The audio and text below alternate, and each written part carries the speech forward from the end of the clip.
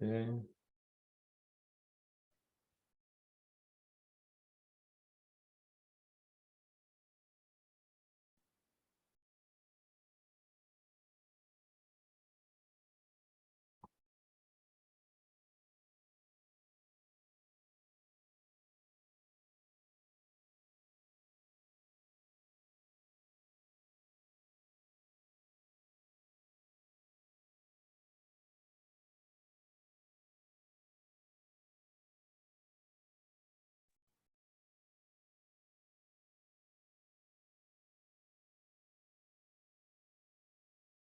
Okay, everyone see my screen? Yep. Yep. Yes. Okay.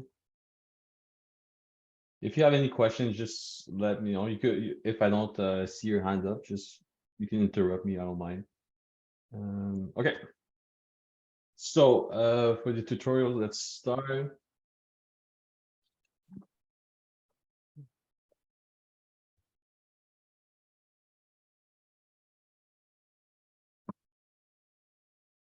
Okay, so we'll start with this.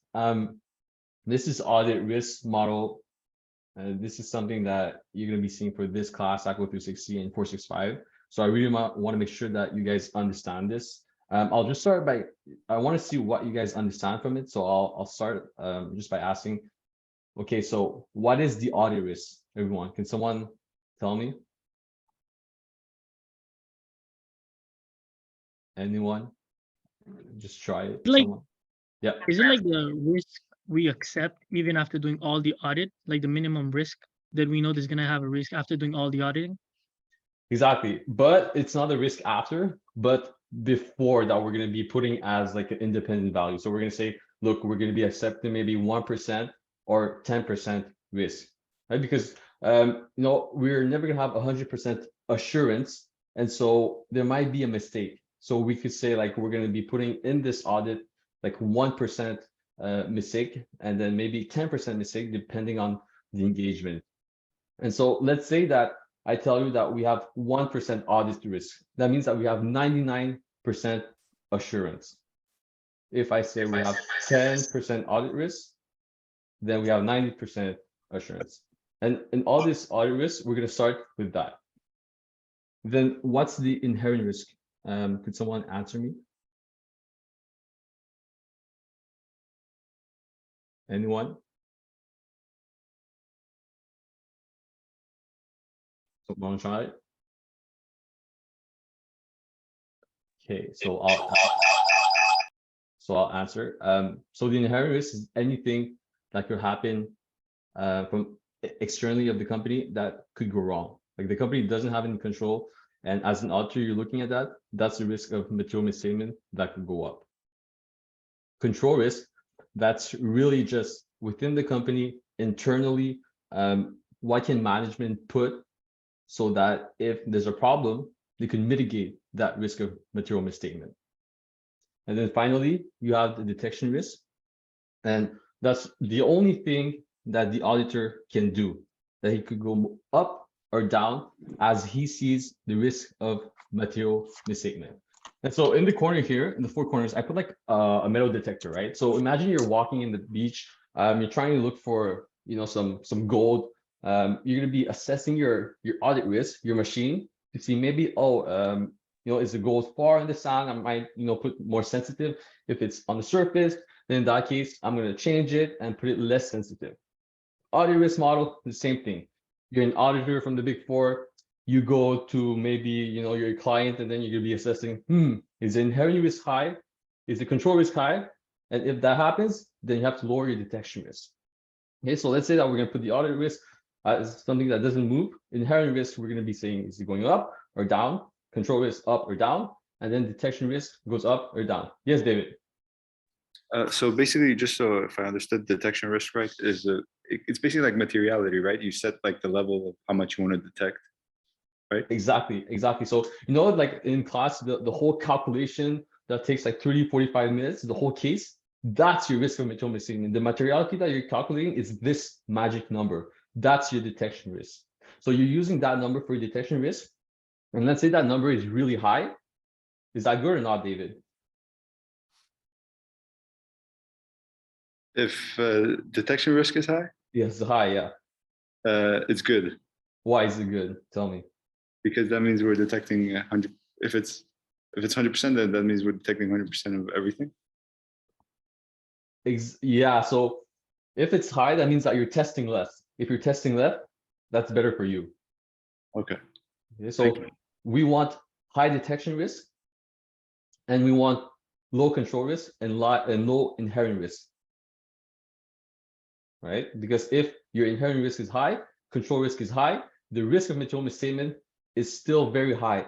And at the end of the day, the audit risk, like let's say 5% or 10%, this doesn't change. So we'll go with the next slide. Okay, so let's say that you assess the audit risk at 5%. Inherent risk, you look at the company, 50%, control risk, 50%. Well, your detection risk is going to be 20%, okay, just by mathematically doing it. Example 2, audit risk is 5%, inherent risk is 50%, and then control risk is 100%. So if I ask you guys, control risk went up to 100%, is that good or bad? Good. No, if it goes up, you control risk. That means Oh, no, that, my bad, my bad. I thought it was detection risk. My bad. there you go. Okay, so you understand why, right? Control risk is bad, it goes up. And then what happened to, Armin, I'm gonna ask you this. What happens to your detection risk? I guess If it goes down.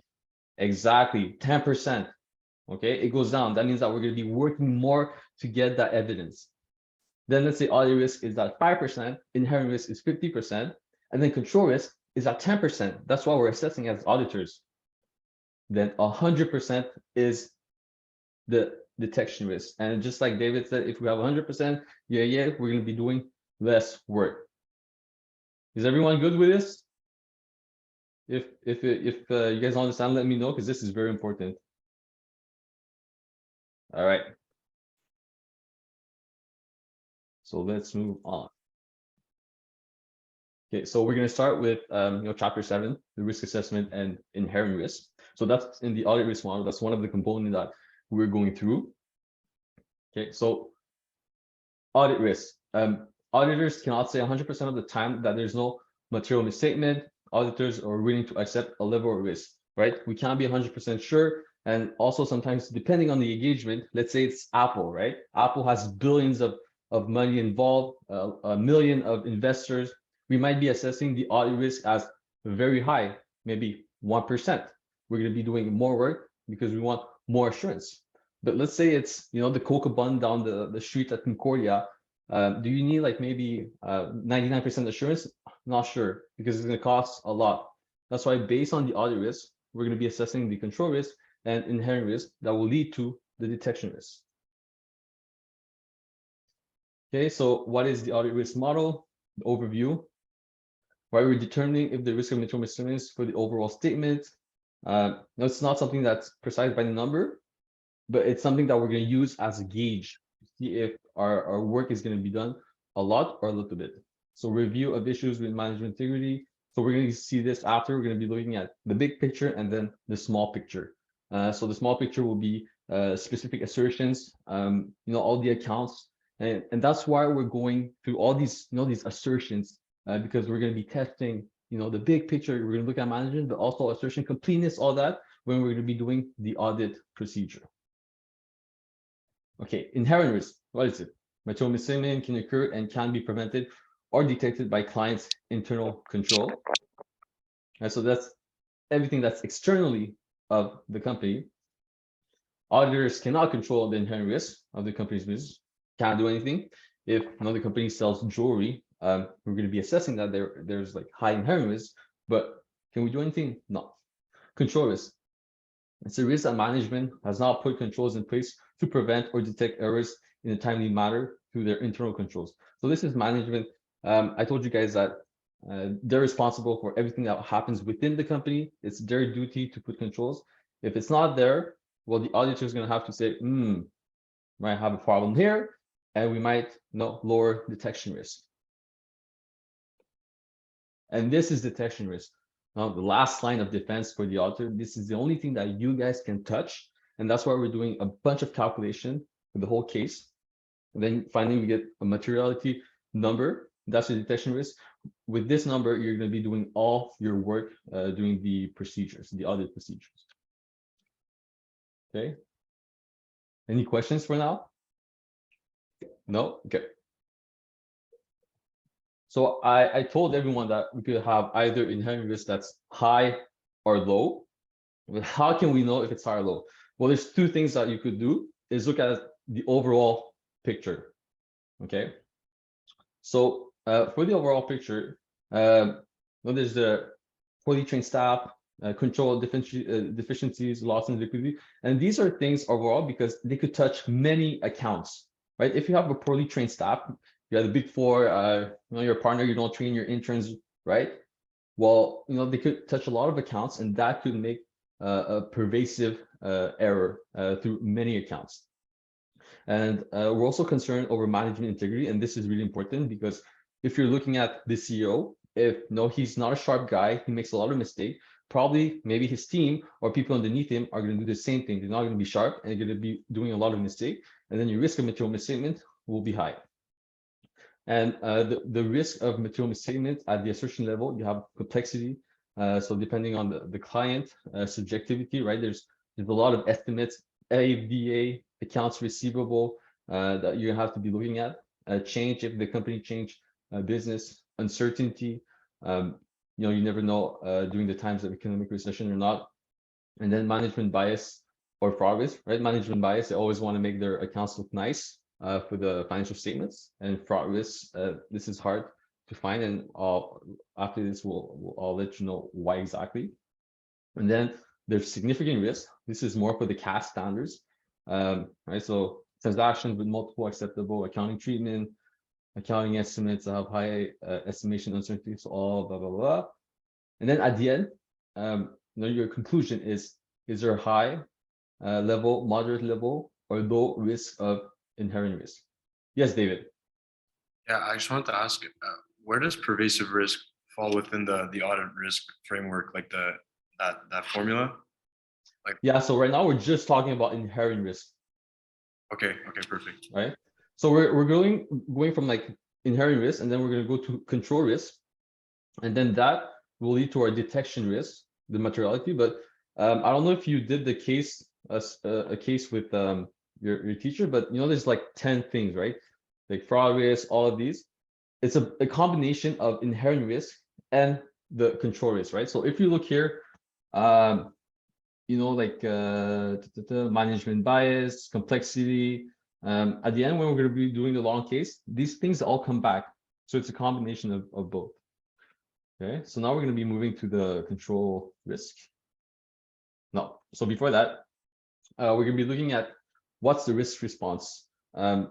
If you're a partner at a KP, and then you see that control risk, your inherent risk is high, these are the things that you could do. You could assign more experienced staff, take off the interns, closer supervision and review, maybe look every week, further audit procedures, right? Might lower your detection risk, heighten the level of professional skepticism, increase involvement of audit partners and managers, and then you consider if changes need to be made to the overall audit strategy. So if you think that at the beginning when you're planning materiality, let's say it's at 10, then you look at more in the company, it's at 5, then you have to react. You have to change. It's not because before you said that materiality was 10, well, it has to stay at 10. It has to be based on what exactly you see within the company through the whole process.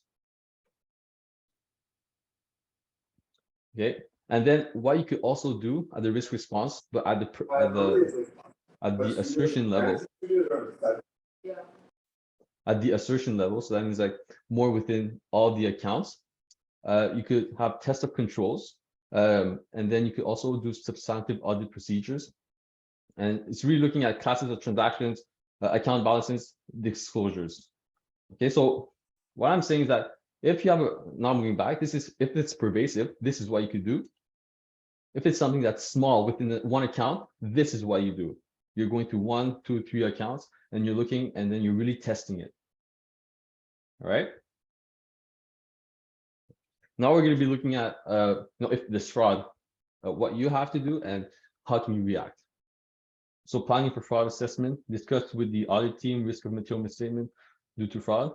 So this is really just the planning of how it flows. You could take a look at this. Not sure it's going to be tested this way, but what I want to focus on is really this. Okay, so remember last semester, the students told me that for fraud, the question was the triangle. It was like, what is the fraud pyramid triangle? Like, and then you have to say incentive, opportunity, and rationalization. So I'll just explain each component. So incentive really needs to commit a fraud. And there's a reason why you want to commit the fraud. Maybe you just want to steal from the company, make more money. Opportunities. If you see maybe the warehouse, there's no lock. That's an opportunity to steal, the jewelry. Attitude rationalization is, for example, your boss makes you work overtime, doesn't pay you. Well, you say, oh, well, he makes me work overtime. I'm mad against him. I'm going to steal from him. I deserve it. Then there's two types of fraud. There's misappropriation of assets.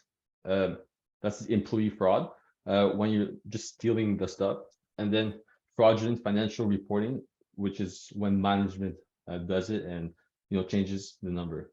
So if I ask you guys for fraud, which one do you think happens more often, number one or number two? Put in the chat if you want. Number one. Number one. Anyone says number two? I'd say number two. Who says number two? Me. Arman. Okay, so why do you think it's number two? Well, because the management, they have more like incentive to do fraud. So for investor, let's say you have investor, you want to show that you have good revenue, big revenue, so you have more investor.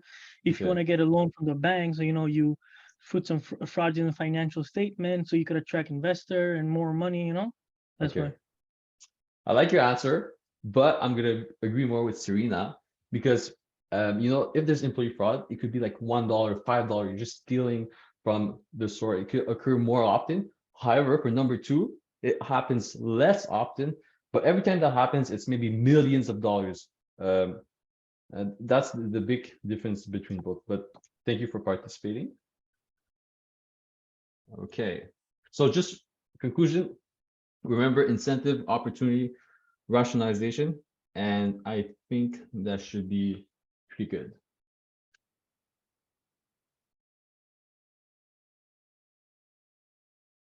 Okay, so response to fraud at the three levels. So there's the overall response, then there's the response at the assertion level. So we're going to put our glasses, smaller accounts, and then responses relate to management override.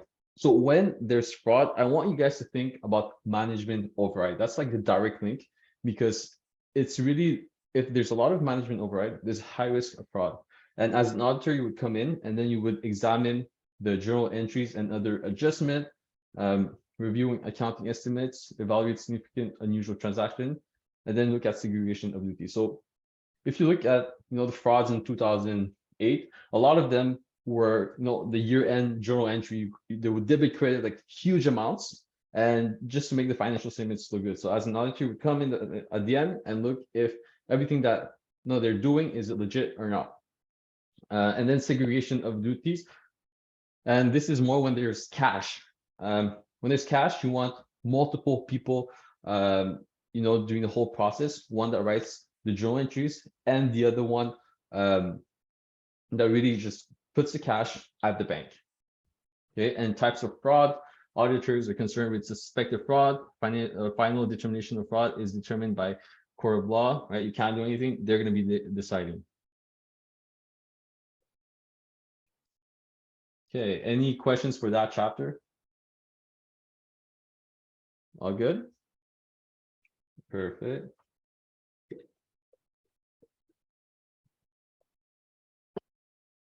Okay, so now we're going to be looking at the internal controls of the COSO framework. Okay, so what are the internal controls, policies and procedures created and maintained by management to provide visible assurance that management's objectives are met with the policies? statements of what should or should not be done, reason applied, procedures, action to implement policies, to documentation of behaviors. So this is really just what management puts in place, make sure that there's no fraud, or the control risk is low. And the objectives of internal controls is strategic, high level, reliability of financial reporting, efficiency and effectiveness, compliance with law. But we're most concerned with reliability of financial reporting, because everything that management does, it flows through the financial statements, right? So if there's high risk in one certain area, that will affect all the financial statements. And as an auditor, you're coming there, you're looking at the financial statements to make sure that they're reasonably, you guys got it, okay? Yeah.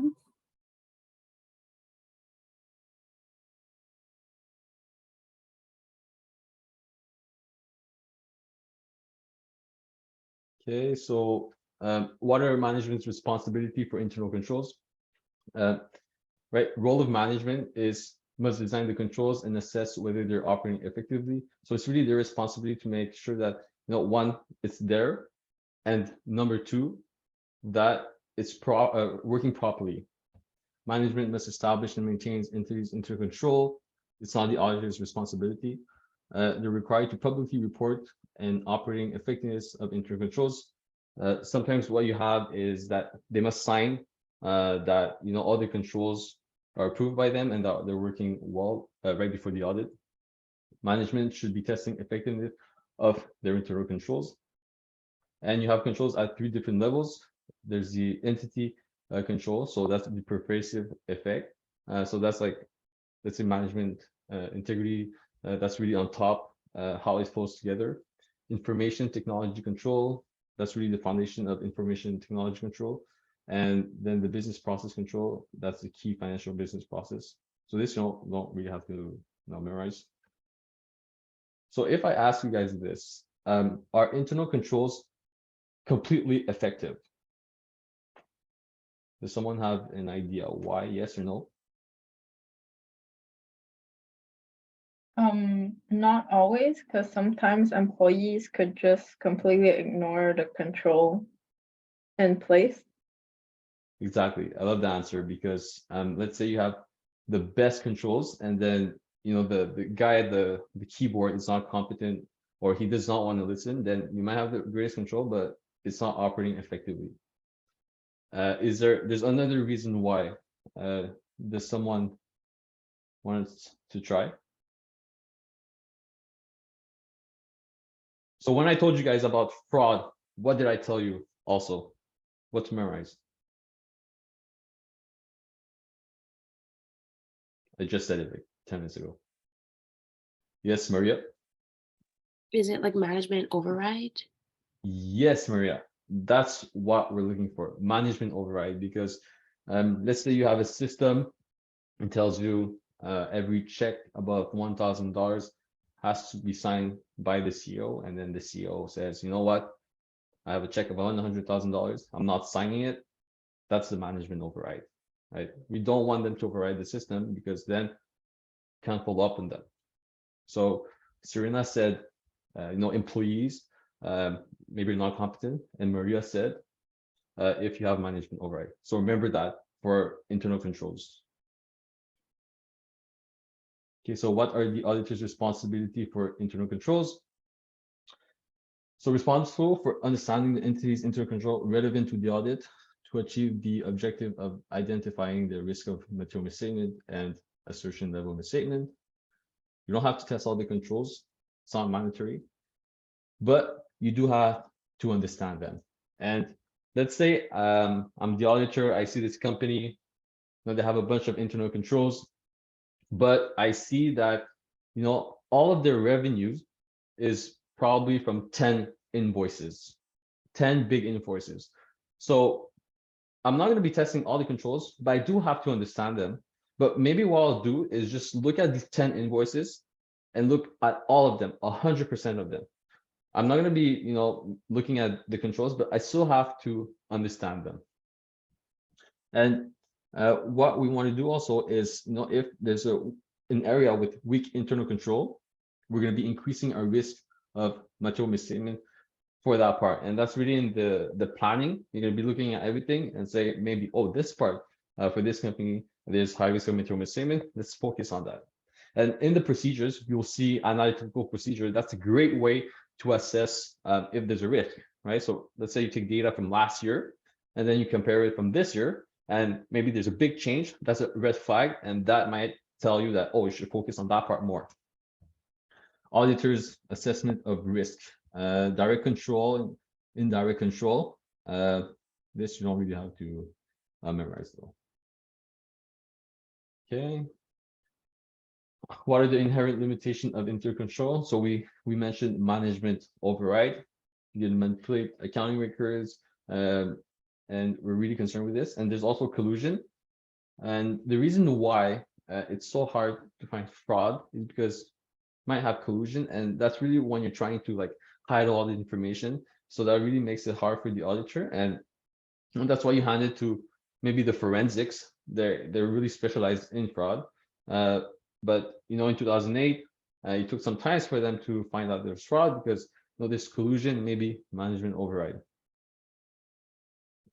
Okay, so now we're going to be looking at the causal framework. This is really for your final. For your midterm, I don't know how it's going to be tested, but I don't think it's going to be tested that much. We're going to focus more on the audit procedures for your midterm. But for now, just try to understand what it is. Right, so objective, broad principles for effective controls of components and point of focus to provide greater understanding of each principle. So you have the roof, which is all the application. The living room is the general control, and then the foundation of the house, that's tone at the top. So that's like management, how they talk, how do they operate. If usually it's good, then all the general control should be fine. Application on top of that will be fine. Okay, so just before, so David, before you're asking me, were we looking at the inherent risk? Are we looking at the control risk? Now we're at the control risk. Okay, so the control risk, there's just so many things that when you're looking at a company, you don't know where to start. And so CAS just gave, I'm not sure if it's CAS or just companies that came together for internal controls. They gave you a list, okay, to go through and say, okay, we're going to be looking at this. And if everything is fine, then your control risk will be low. Okay, so control environment, right? So I said it's management, tone at the top. That's really the foundation of your controls. It starts within them and how they operate. Governance and management integrity, value, tone at the top, ethical values, independence, authority, responsibility, commitment, accountability. And risk assessment. Every company has to do a risk assessment, because if you don't have a risk assessment, you can't really say, I'm going to be putting this control or that control. And to really have great internal controls, you have to have a great risk assessment to say that there's a problem here, I'm going to fix it. And think of it as the management review, how they're looking at everything, and make sure that the risk assessment has proper internal control, make sure risks are properly identified. And if it's not identified, there's no controls that would be put in place. Right? And identify and assess risk regarding the preparation of the financial statements within applicable framework and risk of potential for fraud. Okay, control activities. And so we have the risk assessment, then you have the controls activity. It's really to put in place something against that risk assessment. Information and communication. That's how maybe all the information is flown within the company. We're going to be looking at maybe how the accounting department talks to HR, how all the information goes from one point to the other. And then monitoring, this is what the company has to do, look at if the internal controls are good, maybe weekly, monthly, maybe if it's Amazon, maybe every second. So depending on the company, they'll have different monitoring process. Okay, so what are the different types of control activities? There's manual, there's automated. So manual is like, the guy behind the keyboard putting in all the manual journal entries. Automated, it's a machine. Preventive, it's any controls designed to avoid errors or irregularities. And that's right? That's before, and then after there's detective. So there's two different types. Usually when it's, I think when it's manual, it's preventive, and if it's automated, it's detected. Wait, so let me just check. Yeah, so many of the automated procedures are preventive, and if it's detective, it's more manual. So preventive, let's say that you want to put your phone number, but then you put letters, right? It's not going to allow you. Detective, think of it as your alarm, not your alarm, your, what is it? Yeah, when you get in the house, you beep beep beep beep, and if it doesn't work, well, it's not going to let you in. Okay, honestly, like, you don't really have to remember this, just understand it. Yeah, so if it's detective, it's more manual. If it's automated, it's preventive, right? So remember the when I tell you, when you put the what's it called, the phone number, and then you put letters, try to put letters, well, they're going to tell you that, like, no, you can't, right? So it's more preventive. They're not allowing you. So that's how you should see it. All good, Christina? Okay, perfect. So,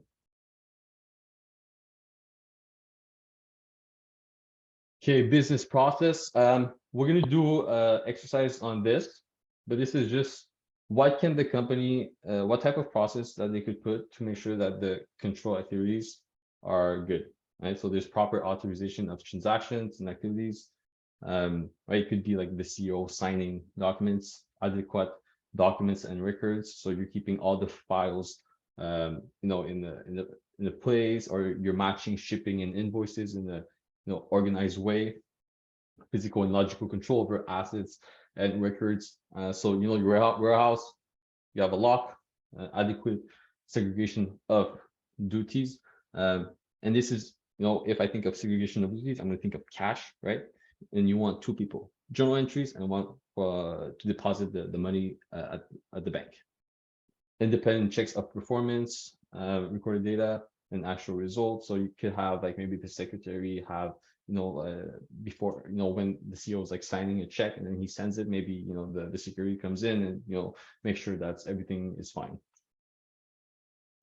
Okay, so general controls, that's really just like SAP, a system that's really big, that takes care of the whole company, and there's multi functions on it. And then there's the application controls, and that's just like maybe it's of certain accounts. Just understand what's general control and what's application control. Okay, so for small businesses, this is interesting because some of them might not have internal controls, or might not have as developed internal controls as big company, and they might not be as segregated. Or maybe there's just like two people working within the company, and that's why you can't have that segregation of duty. So what you do when there's a small business is really, now the number one thing is just talk with management, like how do they operate, and then when they tell you something, well, if it, are they consistent or not? That's really the only way that you could assess them. And it's not because, like, they're two employees, let's say, two of them do everything, that there's no segregation of duty, it's bad. No, it's really got to talk to them, see how they do everything, they operate, and it's going to be a whole different case than if you have like maybe 100 employees. Okay, any questions for this part? No? Okay, let's move on.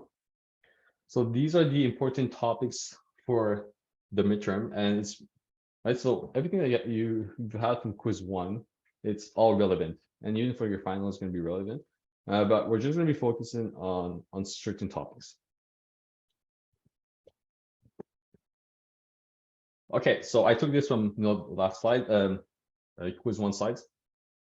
Audit process. Auditors are expected to design a plan that achieves an appropriate combination of audit objective. So as an auditor, what you want to do is, have a risk assessment in your planning. Then you have a risk response to it. And then when you be reporting your modified or unmodified opinion, is going to be based on these elements. And as an auditor, you want to do sufficient, appropriate audit evidence work, okay? But you don't want to do too much because you have a lot of things on your plate. But you want to do enough, make sure that you have enough evidence, and that you're not saying that, oh, well, the report is good when there's a material misstatement, right? So if we look at before the beginning, the audit risk, 10%, 5%, right? You're going to be telling yourself, am I wanting 10% errors or 5% errors? And based on that, you do a whole planning, and then you'll be looking for evidence. And let's say that the engagement is something that's very, like, you thought it was going to be easy, but then you start looking at the controls, like, holy crap, it's going to take so much more work. Well, you want to make sure that you know that before, and not when you're in the middle, and then your engagement, you're not going to be, it's going to cost you more than what you're getting as revenue. So this is how you would look at it.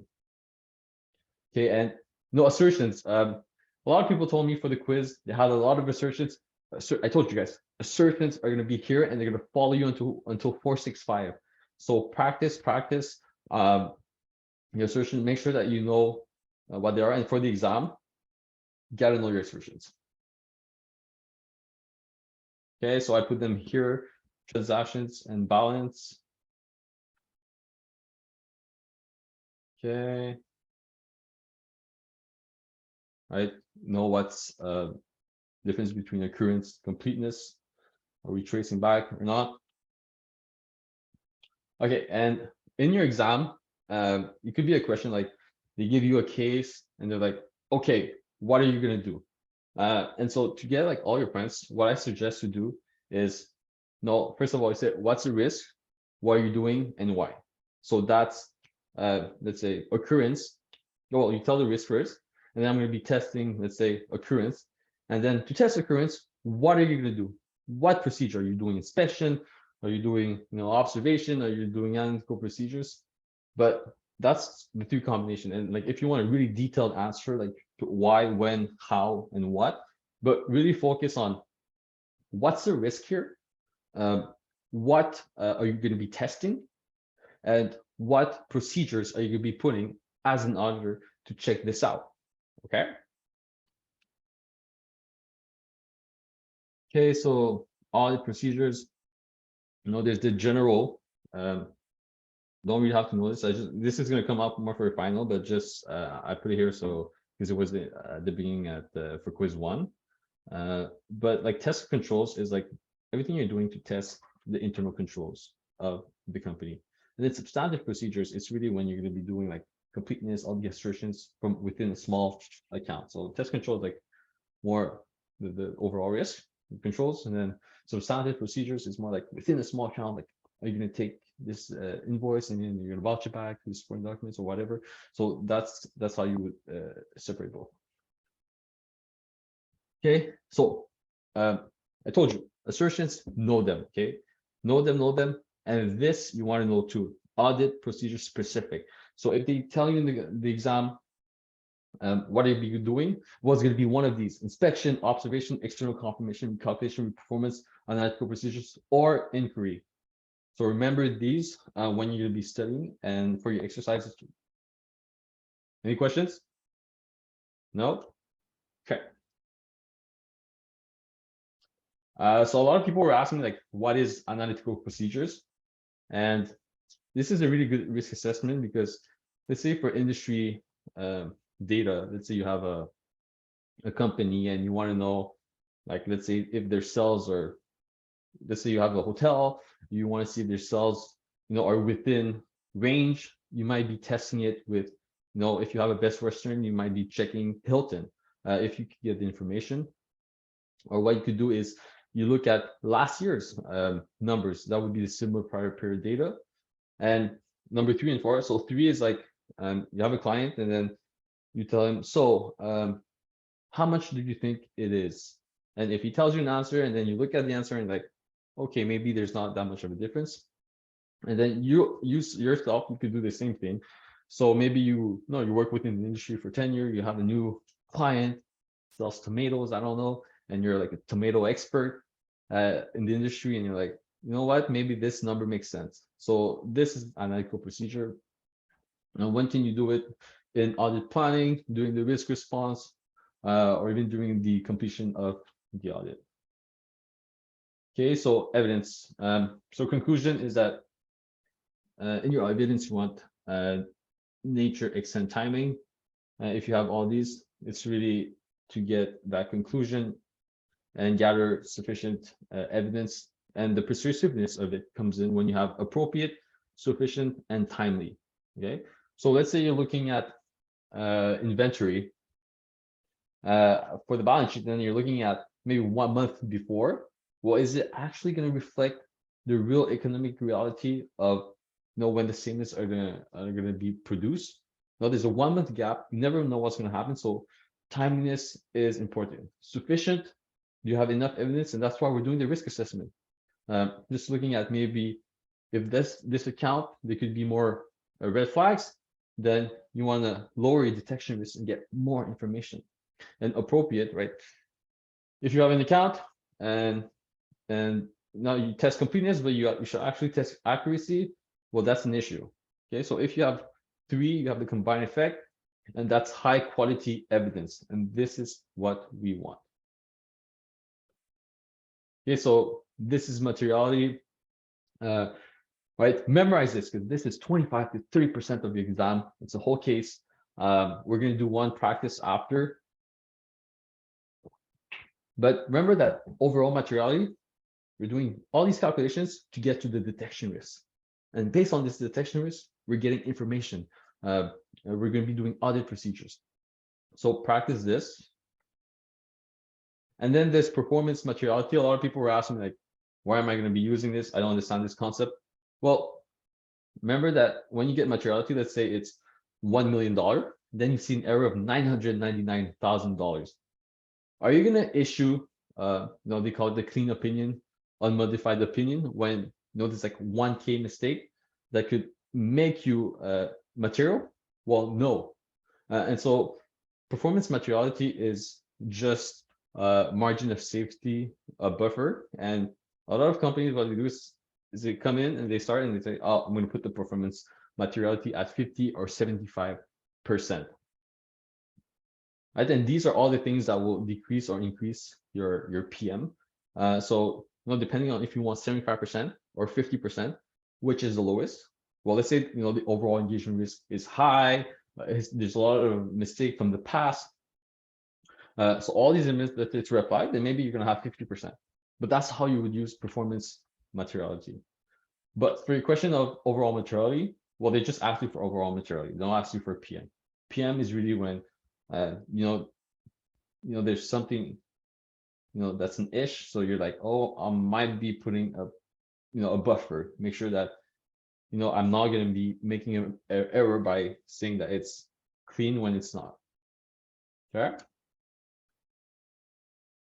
right? So when you guys are going to be doing the assertion, this is like the cheat sheet that I have for you. So accuracy, go through one of these, don't be too fast, and look at, does it fit the criteria or not? So first one, accuracy, are we testing a dollar amount? If it's invoice or bad debt expense, that's going to be accuracy. Are we testing a dollar amount? That's the most important you want to remember when you think of accuracy. Valuation, are we assessing the AFDA? Because yeah, that is testing a dollar amount, but since it's AFDA, it's valuation. Or are we valuing merchandise? Right? Again, that's like dollar amount, but it's going to be valuation. Right? Completeness, tracing. So if we're omitting something, we're forgetting something, that is completeness. Then, you have the supporting documents and book, but also if it's pre-numbered, so we have invoice number 1, 2, 3, 4, and then 6, we don't have 5, that is completeness. Okay. Then we have occurrence, right, from the books to supporting documents, and then existence.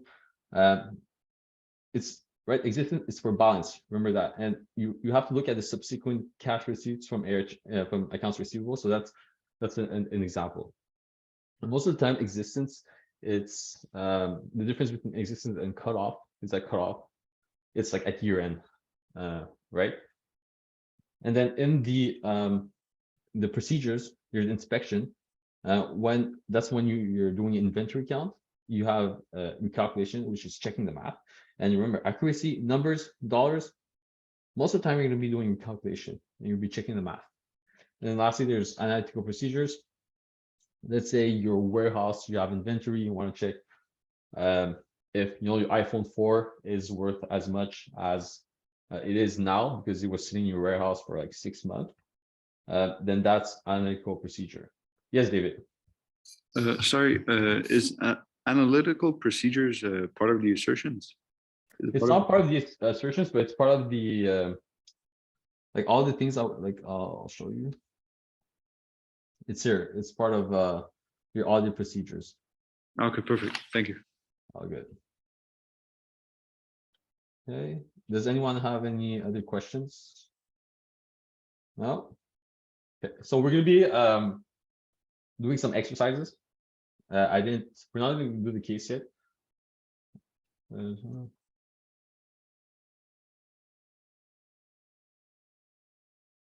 So give me 2 seconds.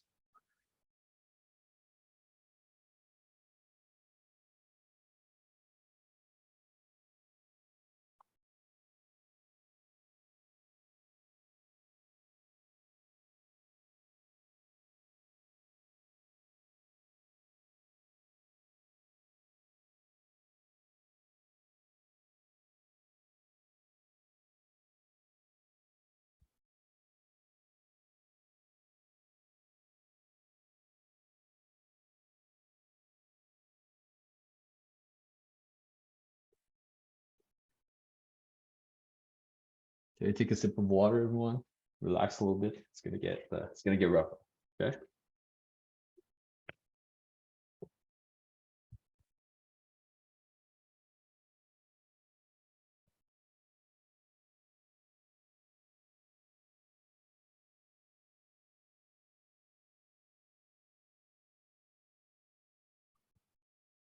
Okay, so you can start reading the question. So this is just from the quiz 1 review. But I think there's going to be a lot of assertions, audit procedures for your midterm. So I really want to make sure that with you guys we're all top shape for it. Okay, and get your cheat sheet. The sheet that I showed you. So the little tricks, accuracy. What was it? Yeah, so tips and tricks for assertions. Okay, so we're gonna start with that.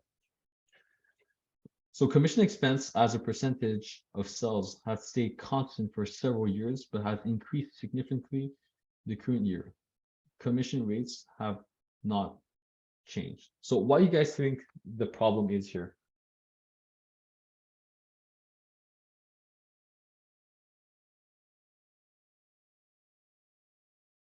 What's your concern?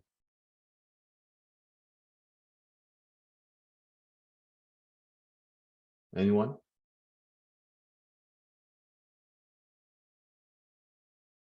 Guys, come on. Yes, Maria?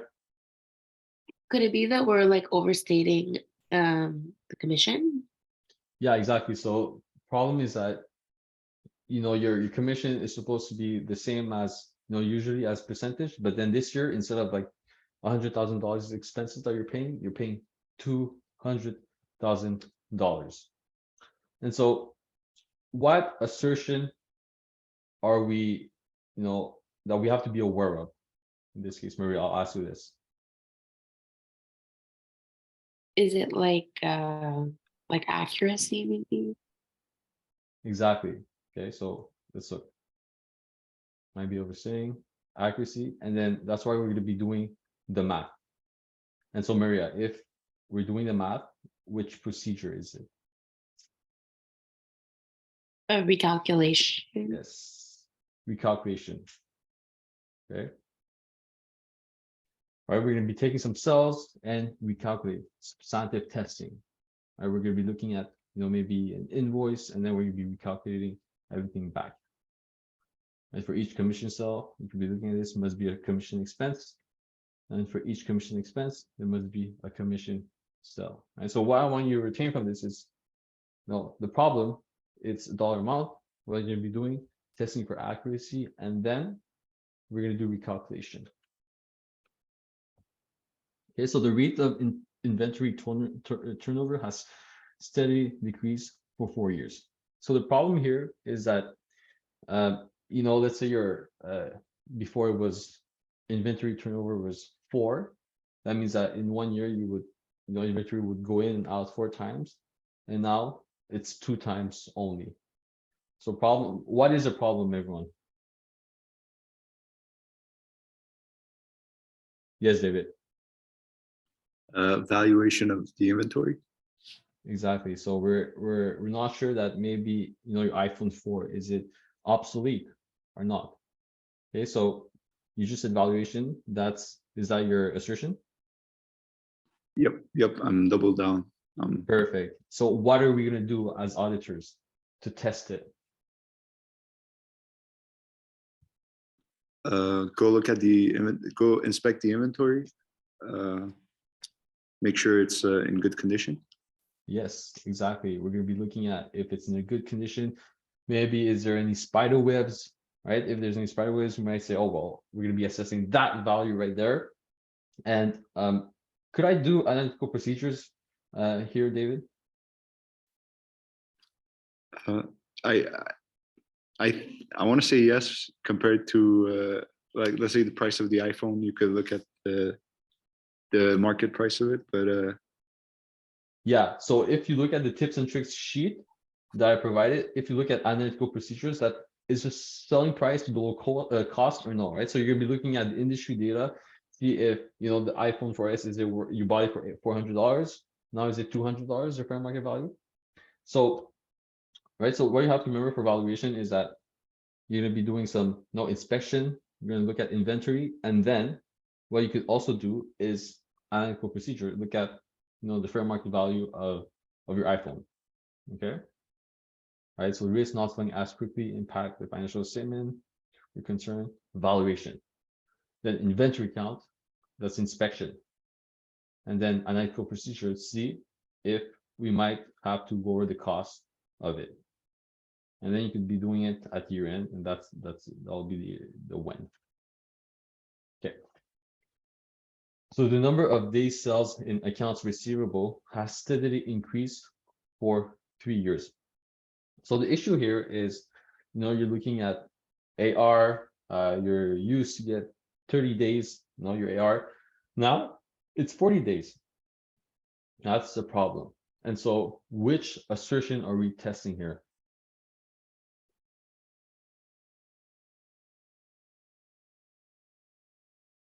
Anyone? Yes, David. Valuation Why would you say it's valuation? for like evaluating AFDA. But here it's accounts receivable. We're looking at the accounts receivable account. All right. So when it's AFDA, then we would say, oh, sorry, yeah, when it's AFDA, then we'd say valuation. But here we're just looking at the AR account. If it's AR, what is it, David?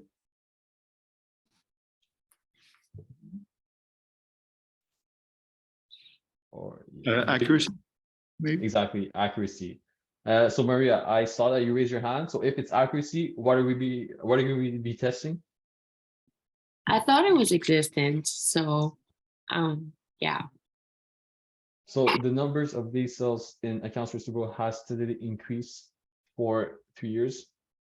And so usually what, you know, if it's accounts receivable, we'll be testing for accuracy. But if it's existence, why would you say it's existence? Because I had written that like we would contact the customers to see like if they owed that amount, but I could be wrong. I'm not really sure. Okay, so I would say that it would be more of a maybe completeness issue if you think of it that way. But since here we're just dealing with you know, the numbers of days sales in accounts receivable, that would just be straight up accuracy. Okay, but in the exam, you know, even if you put existence or completeness, just justify, and based on that, you know, the person will evaluate. Maybe your teacher is like, okay, this person's like understanding the concept, I'll give you the points. But like when you see accounts receivable or an amount, then usually it's like straight up accuracy. All good? I'll take that as a yes. Okay. So yeah, the longer the AR is outstanding, the more likely they're uncollectible. Maybe you should increase your AFDA, you test accuracy, and then you would recalculate. Right? You could inquiry, talk with management and ask them like, why is it from 30 days to 40 days? Maybe they just had a new client, and that client is Costco, so Costco pays people after because they're very reliable. You could look at past trends, and that's your analytical procedure to see if there's a probability of being collectible. So if you guys have a question like this, just you have the list, memorize the list, and just try to pump out as many examples as you can that would fit the concern. Or when you're testing assertion, have a procedure, and it could be like 2 or 1. Just make sure that you're justifying it. And if you're justifying, right, you could always get some points. Because usually there's not just one answer, there could be like 2 answers. This is very subjective stuff. Okay. Allowance for uncollectible accounts as a percentage of accounts receivable has steadily decreased for 3 years. Okay, so we're putting 4 and 5 together because this is one company. So you're seeing that their AR goes up in days, right? Instead of collecting in 30 days, you're collecting in 40 days. But AFDA is getting smaller. And if I ask you this, whose responsibility is it to have AFDA estimates? Yes, David. Management. Yes, management. And so, it doesn't make sense in this case where, the days is from 30 to 40 days, you might not getting the money, but AFDA gets smaller. So that's a concern. David, which assertion is this? I'm going to say valuation. Yes, how come?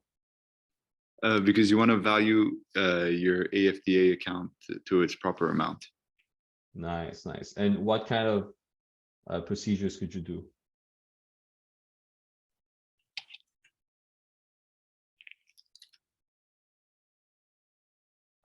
I will want to say reperformance, recalculating basically. Okay, so thank you for telling me reperformance, because I want you guys to understand the difference between reperformance and recalculation. I did this mistake when I did the midterm. So recalculation is really testing the numbers, okay? The calculation, if there's amortization expense, all that. If we have reperformance, let's say you look at a machine and you want to test if it's accurate or not, and then let's say you put a fake invoice to see if it's going to red flag you. But when we're talking about numbers, accuracy, that's recalculation. So in this case, what you could do is do the recalculation, and also you could investigate your old AR. And here you could like foot the AR. That's what they would say. But investigate and recalculate, right? Make sure that you understand recalculate and reperformance. Okay. Take longer to collect AR.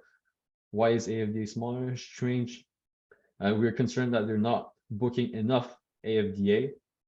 They may not be considering that the old AFDA will not be collected, right? Test valuation. Okay. AFDA valuation by investigating old AR, recalculate, and inquiry management if needed. Okay.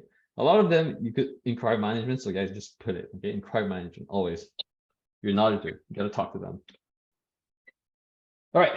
Next, the absolute amount of amortization expense and amortization expense as a percentage of the gross PPE and equipment are significantly smaller than in preceding years. So who decides of amortization expense, everyone?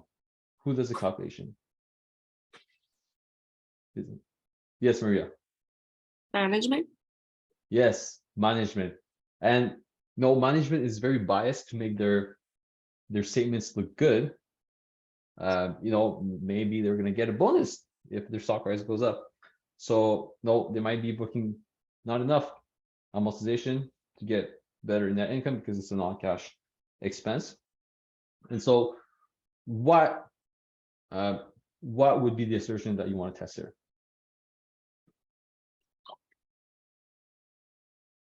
I'll ask you, Maria, because you're answering me for the number 6. Would it be like valuation? So in your cheat sheet, if there's valuation, there's 2 things that we're going to be doing, right? What are the 2 things if there's valuation? What do you mean? Like which procedure? So if you look at slide 43 of 43 in the PowerPoint that I presented, the tips and tricks for assertions, usually when it's valuation, there's 2 accounts. What are these 2 accounts? AFDA and merchandise. Exactly. And in this case, is it either AFDA or merchandise? No, it's sorry, it's I have to go back and forth. Sorry. Okay, No, it's not. It's not either of them. exactly. So the first thing is accuracy, and accuracy is, are we testing a dollar amount, right? And in this case, amortization expense, no, that's dollar amount, and so that would be accuracy. And what kind of procedures could we do, Maria? We could recalculate how they found the depreciation. Yeah, should we do reperformance? No, Okay, very good. So we're gonna do recalculation, and what else could we do? Just like the last problem. would it be maybe looking at the whatever it is that they're depreciating? Yes, but the easiest answer is just inquiry management, right? Because Oh. they're the one that's going to be doing all the calculation. So again, recalculation and inquire. You're an auditor, always inquire management if needed. Okay. Might understate the amortization expense, test accuracy, right? And you said obtain PPE documents and amortization.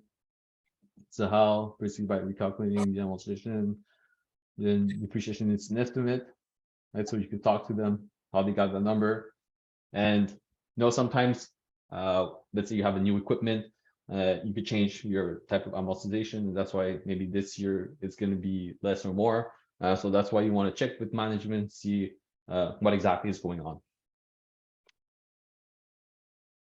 Okay, so for question 3, list 2 examples of audit evidence that the auditor can use in support of each following. Okay, so the recorded amount of entries in the purchase journal. What are we concerned with here? The recorded amount of entries. So what's our problem here? Which assertion?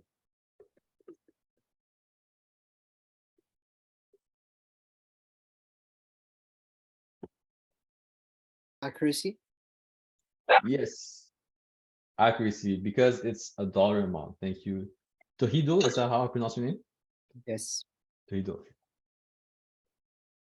And completeness as well, because the amount that you're recording, it's based on what? Is it based on the invoice? And that's why you want to make sure that it is the same amount. And so what kind of procedure, Tohido, I'll ask you, can you do? Recalculate the amounts. Okay, yeah, you could recalculate the amount. What else can you do? Do a sample calculation or estimates.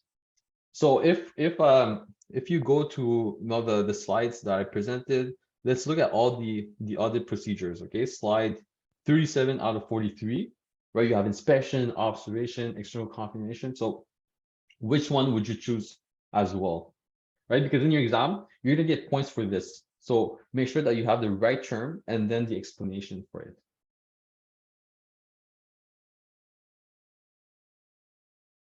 Right, as an author, what else can you do to check the accuracy or completeness? Yes, Armand? I saw you raise your hand. Can you answer? Arman? No? Okay. Tohido, I'll ask you. I have no clue. Okay, so what else we could do? Right, so our accuracy we could recalculate, but then for completeness, now we're gonna be maybe inspecting for the document. Okay, so we're gonna go back to the document and see if the recorded amount of entries in the purchase is the right amount. Or let's say that the client doesn't have it with him, but you know he purchased it from a supplier. Then you're gonna go ask the vendor, ask him with external confirmation, is the amount right or not? All right. So be sure that you have, you know, an insertion plus, you know, the 7 audit procedures.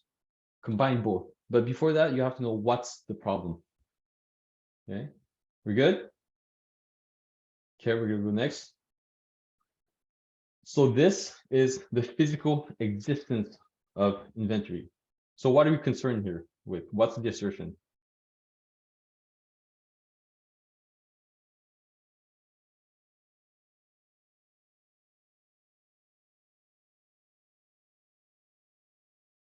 Anyone? Guys, it's really easy. Like, just what are we concerned with? Yes, Is- Maria, thank you. Yes, We're concerned with like the existence. yes, existence. And what kind of procedures could you do? In like inspection. Inspection. Yeah, let's go look at the inventory observation or no inspection. Right, that's how you get your points. It's not hard. Just get the right procedure, and then we're good. Okay, so we're concerned with the accuracy of accounts receivable and the existence of accounts receivable. So no accuracy existence. And so I'm going to ask you guys again, if it's accuracy of accounts receivable, what are we going to be doing? Which test? Maria? Sorry, I was typing. If it's accuracy of accounts receivable. Yes. What about um, existence? What about existence? What are we going to do? If it's existence, we can do like inspection like we did earlier, no? Yes, inspection, and we could combine it with another one I just mentioned for the last problem. For the previous one, it was inspection and observation, right? Yeah, I think before that, there's Oh, another one that you could do. For accuracy, is it not recalculation because it's like math? Yes, recalculation. You said inspection. Last one, another one. It's accounts External receivable, right? confirmation. Yes, external confirmation, right? We're gonna be talking with, you know, the person that owes us money. See if, you know, is it actually there, or is you know the client that you're auditing booking fake numbers, right?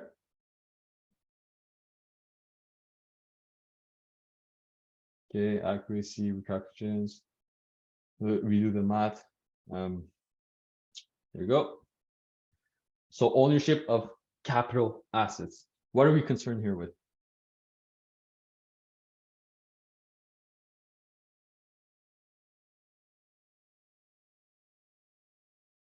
Christina? Is it rights and obligations? Yes. So every time you see ownership, it's rights and obligation. And Christina, what exactly can you do to look if it's the right ownership? You could do external confirmation. You could do external confirmation, but that's going to be a bit more complicated, because let's say you know there's inventory, and then you know the supplier is like, Oh, you could do like inspection of the title documents. exactly. So you're going to be looking at the documents. You know, is it Costco that bought it, or is it, you know, another company?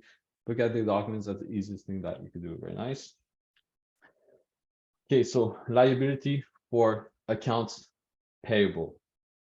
Okay, so this one's pretty this one's gonna be a hard one. What do you guys think it is?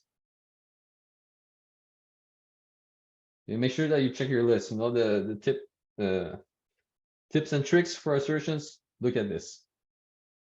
Okay, so who's gonna be brave enough to answer this question, guys?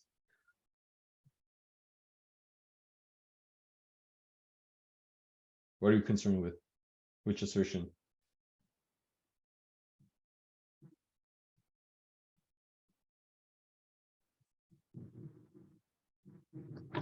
Yes, Andriana. Is it potentially completeness assertion?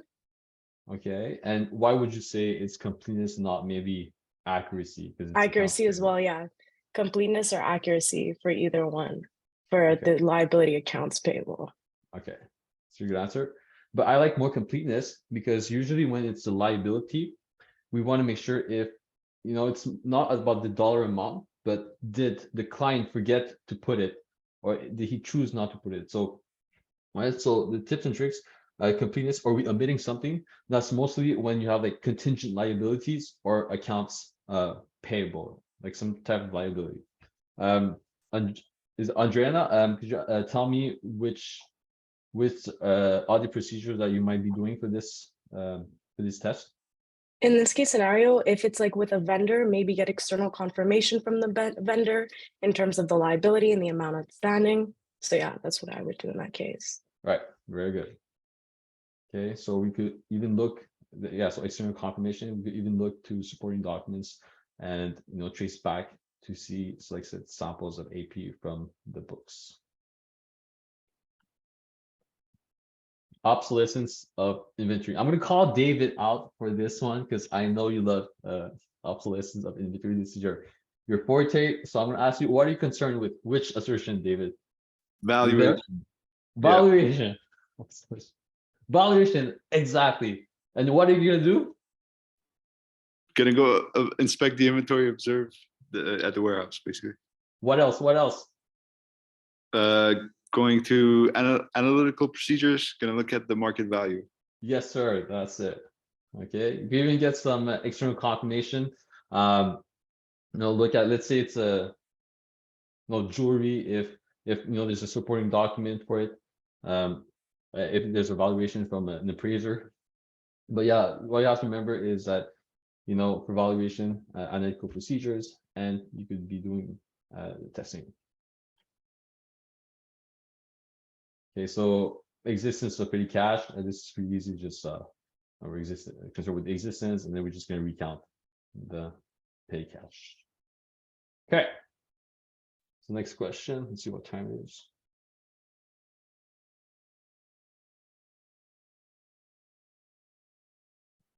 Okay. And so, yeah, everyone read it. Okay. So for each of the following internal controls, indicate the type of control activity and relevant assertion. Sales invoice are matched with shipping documents by the computer system, and an exception report is generated. So what do you think the assertion here is, everyone?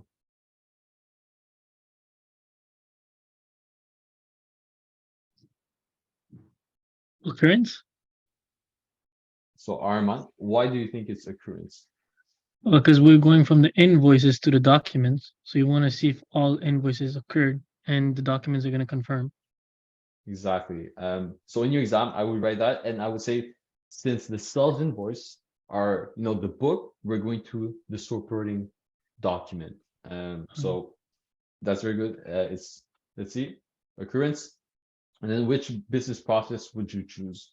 Would say that it's the most appropriate for this example. Arman? Business process, like what, the preventative and all that stuff. And also, number 1, 2, 3, 4, or 5 on your left here. I'd say sales invoices. 5. 5 independent checks of performance. Is there a better answer than that? Right, sales invoice, what is that? And shipping documents, what are those? Oh, number 2? Yes, number 2. Okay. For each, so receiving reports are pre-numbered and accounted for on a daily basis. What is this? Which assertion are we testing here?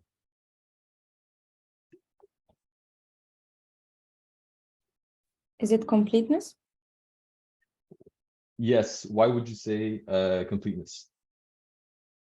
Because we're checking if there is anything missing or not. Exactly, right? So on the tips and tricks for assertions, right? If it's completeness, are we omitting something, supporting documents, and is it pre-numbered? So if it's pre-numbered, it's completeness. Okay. And Laura, which business process do you think this is? 5. Okay. Sorry, 2. Number 2. Yeah. Okay. Yeah, because we have adequate documents, so that's why it's number 2. Yeah. Okay. Number 3. Sales invoices are independently verified before being sent to customers.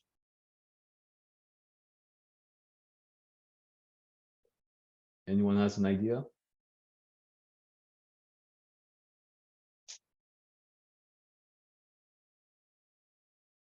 Someone? It's a hard one, but I'm sure someone can get it.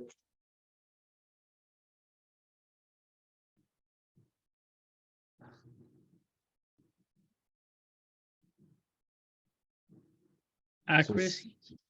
So Armand, so you say accuracy, how come? Well, I don't know. They're being verified, so we want to be accurate. The invoices they have the good recorded numbers before sending it out.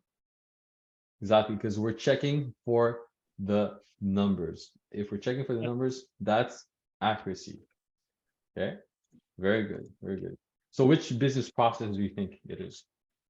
Number 5. Number 5, right? Because we're doing independent checks of the documents. Number 5. Okay, payments by checks are received in the mail by the receptionist who lists the checks and restrictively endorses them.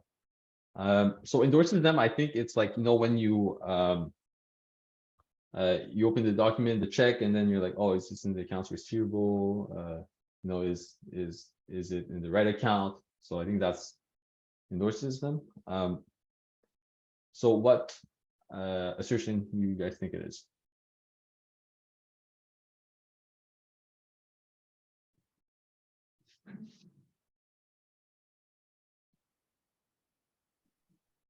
Classification. So why would you think it's classification? Well, because the receptionist, you want to know if the check goes into the good account. Okay. So I think that's a good answer, but there's a better answer than that. Yes, Maria. Would it be completeness? And why would you think it's completeness? Because I took as like who lists the check as like the same thing as like they're pre-numbered. So like she has to make sure they're all there. Yeah, and where are we going from? Are we going from the book or from the supporting documents to the book? Where do We're you going- think we're starting? Well, we start with the check, which is the Yeah. supporting document, and we go to the book to see if it was like received. Very nice. So in the exam, when you're not too sure, think of completeness, like where are you going from? Which document is a supporting document? Which document is that? And in this case, it's completeness and accuracy because we're also checking the dollar amount. Okay, so in your exam, make sure that you write that, have an explanation, and if it's accuracy, dollar amount, completeness, because we're going from supporting documents to the book. Okay, sometimes, let's say that you don't even know what endorses mean, but then you have your explanation, and then the teacher's like, okay, I think he understands. Then he might give you the points, but explain. And so, Maria, which business process do you think this is? Is it like segregation of duties? Why would you say it's segregation of duties? Because like it's specifically like the receptionist's job to do that. Yes, so that's your responsibility. And maybe there's another one. Do you want to try? Would it be? I'm between like 1 or 2. 1 or 2. Okay. Honestly, I think that every question that we had, there's multiple answers, but I would say it's 4 and 5 because the secretary kind of checks it, and then she's like, oh, is this amount right? Is it fine? And I'm going to record data, but in your exam, I'm not even sure it's going to be a question like this, but right, justify to get your answer. Right. Okay. Labor hours for payroll are reviewed for reasonableness by the computer system. Which assertion is this?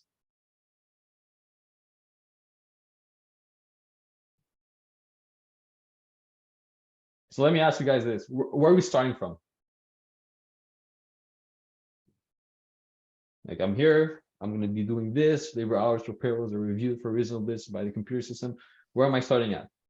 Is it occurrence? Okay, so why did you think it's occurrence, Armand? Because we're starting with the labor hours, so we're looking at the hours that we're done, and then we're going to see if it actually happened. Isn't that completeness? Oh, Because fine. you're Okay, going sure, back. sure. Yeah. But in this case, are we actually starting from the labor hours, or we're starting by we're going to the computer system first, and then No, we're no, it's checking the the labor hours? it's the computer system, Okay, so we're starting from the books or the supporting documents. the supporting documents. The computer is the supporting documents.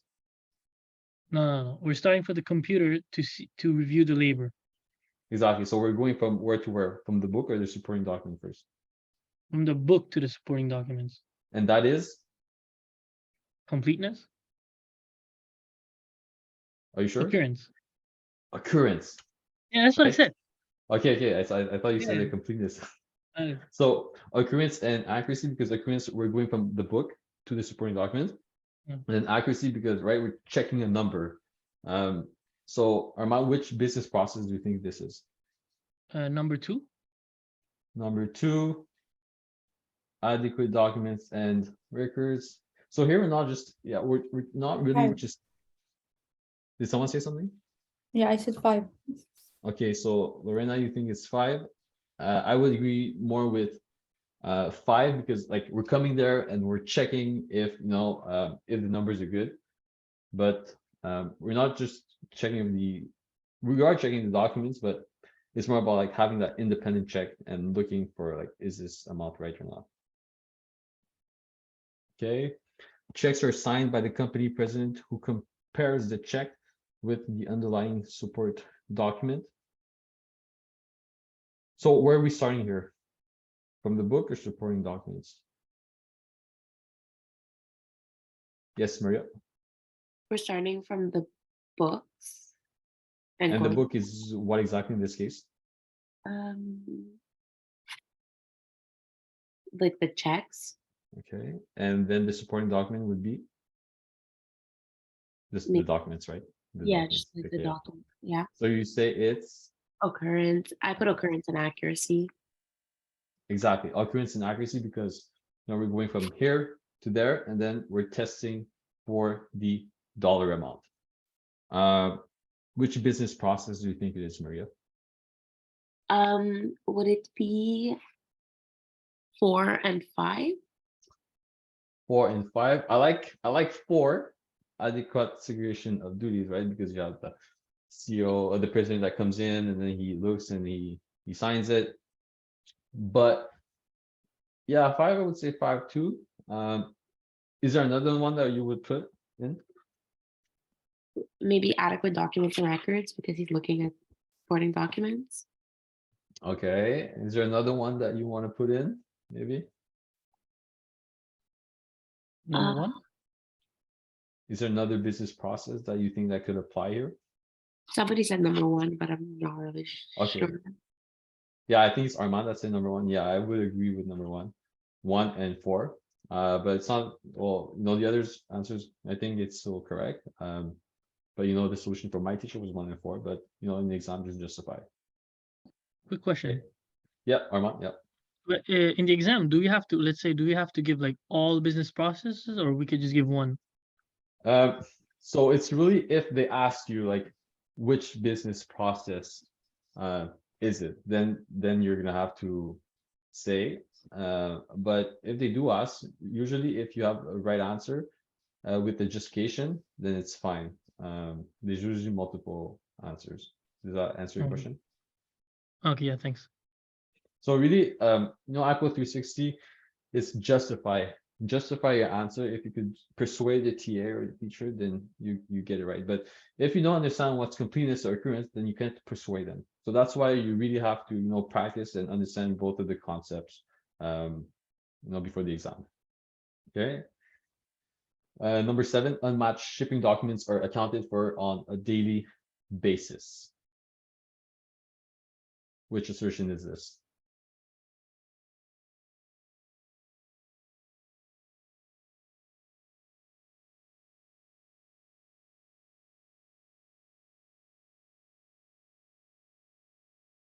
Anyone want to try this out?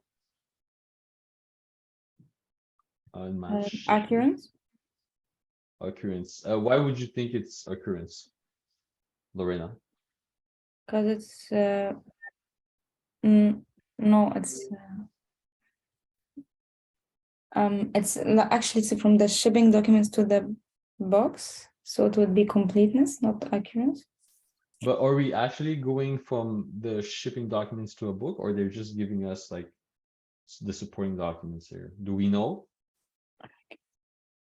Yeah, because we check if they are accounted, and by Yeah. checking that means we're going to the box.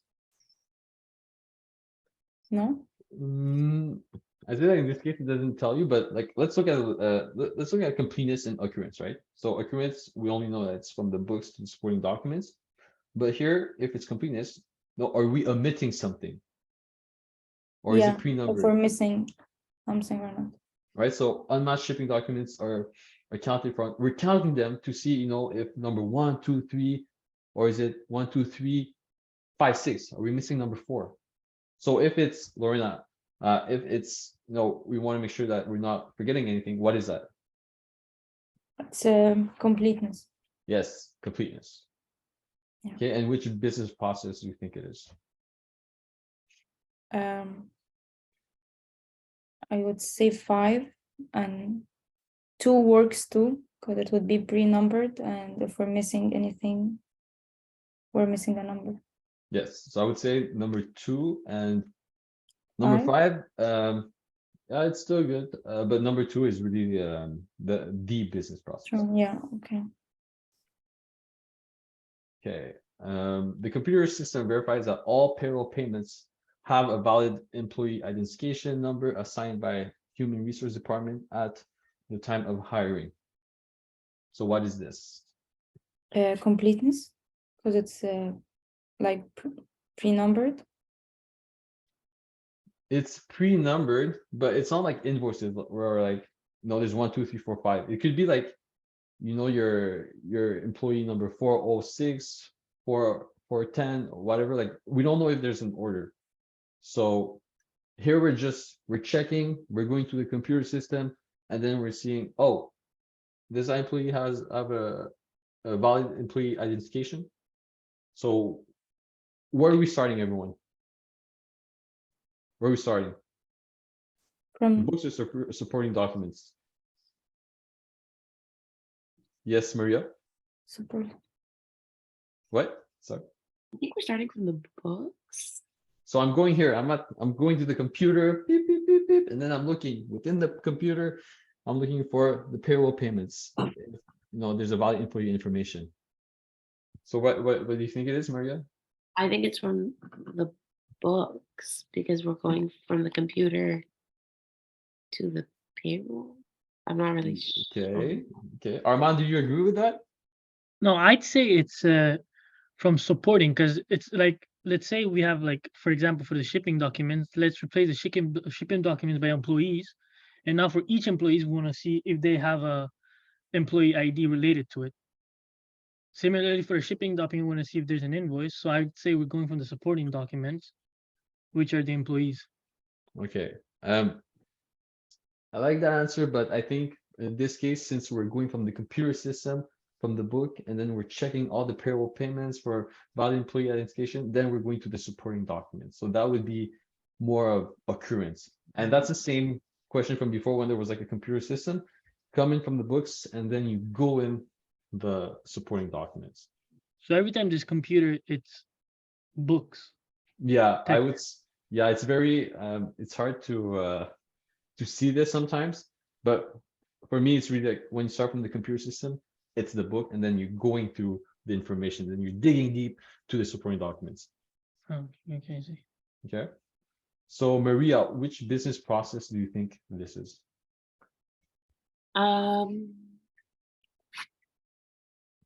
I am not sure. Try. No worries if you make a mistake. Is it maybe like Look at me. I'm coming to the computer. What am I doing? What am I doing? Beep, beep, beep. I'm you're looking like for the checking, so maybe it's 5 5. or 2. Yes, 5. I like the answer. Let's say let's stick with 5. Okay. Independent checks of performance. You're just checking the computer if all the IDs, everyone has a number. Okay. The accounts receivable master file is reconciled to the general ledger on a monthly basis.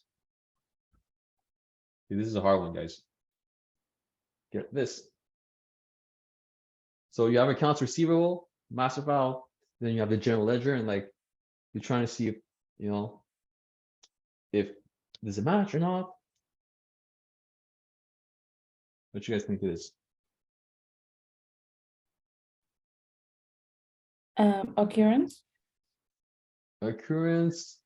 No. But here it doesn't really tells you if you're starting from the book or supporting documents, or if you have supporting documents or the book. You're just telling bank. Completeness. So it's there or not. Omission. But it doesn't tell you if there's any like Or- supporting documents or if you're starting from the book. They're just telling you that you're just double checking both of these. Maria, what do you think it is? Is it accuracy?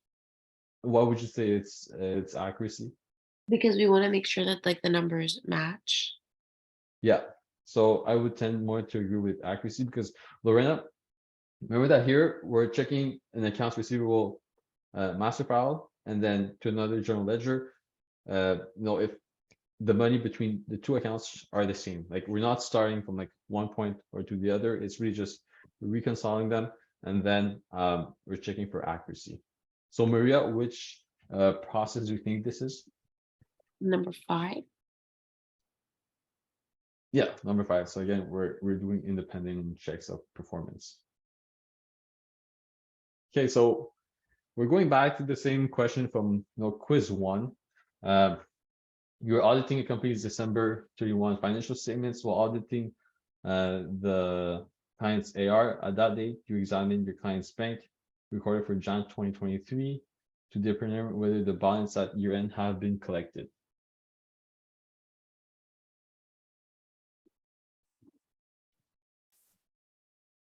Valuation. Okay, so Armand, you think is evaluation. So remember, for evaluation, there's 2 things that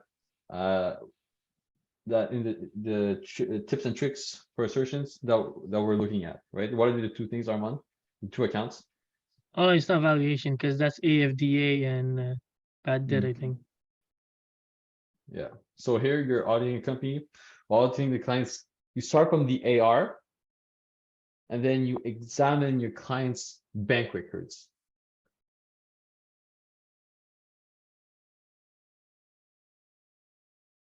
Do we have an answer? Yeah, Armand, you want to talk?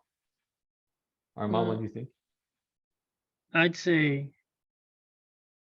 completeness. Okay, Andriana, you wanted to say. I was gonna say occurrence, but like also existence because it's accounts receivable in this case. But is That's what I was existence gonna in go the with. multiple choice answers?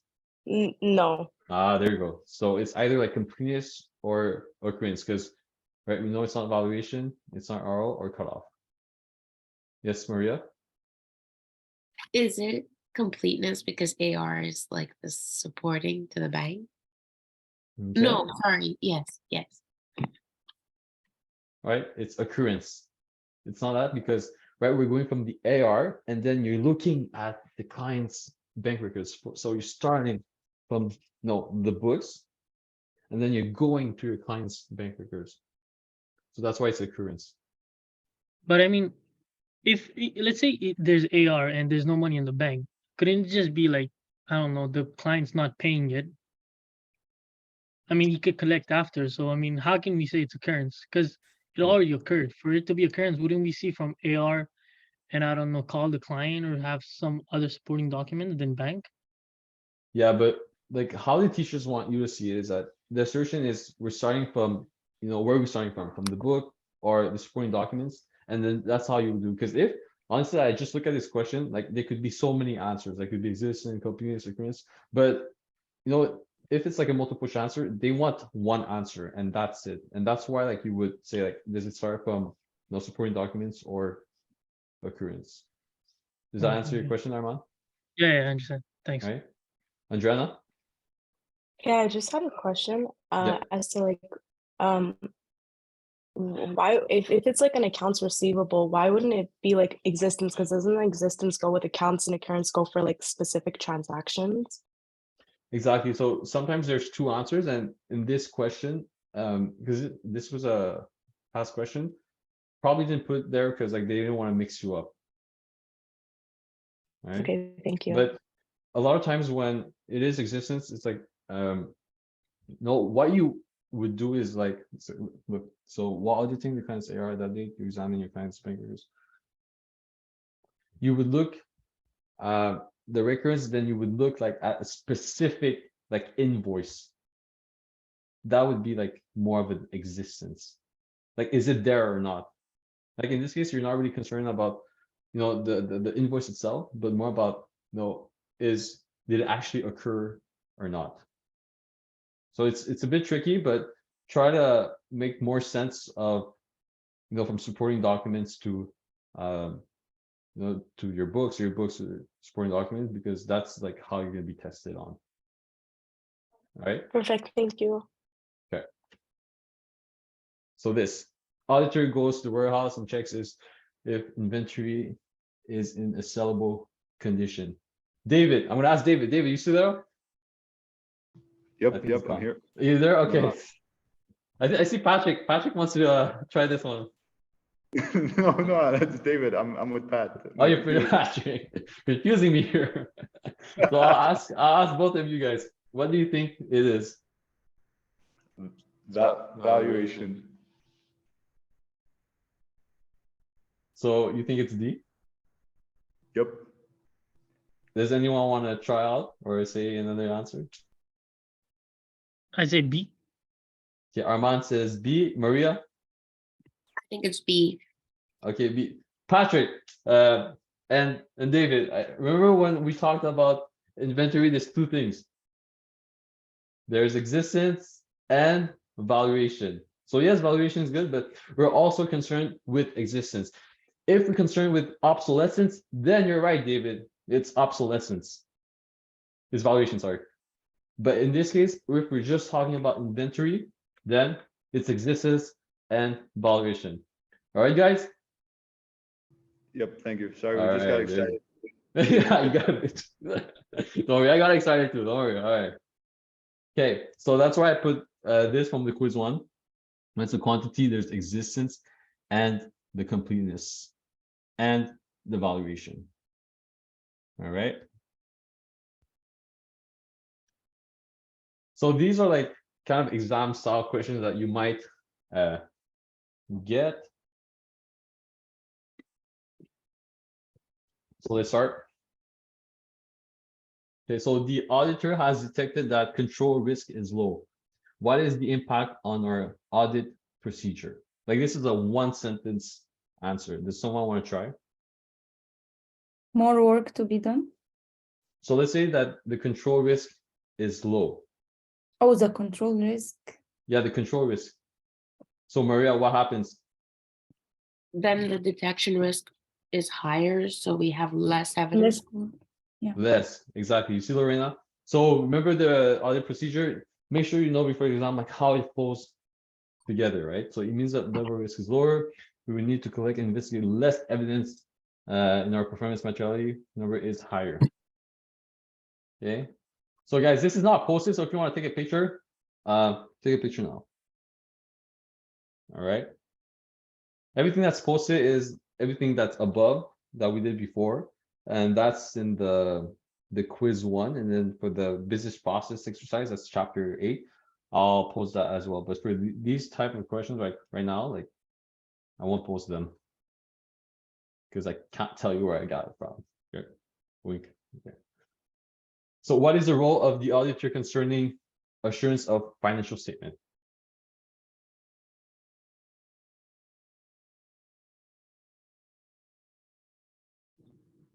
Are we 100% assured?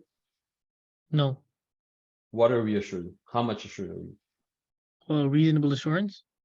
Exactly, reasonably assured. And Armand, we talked about this in the beginning of the tutorial.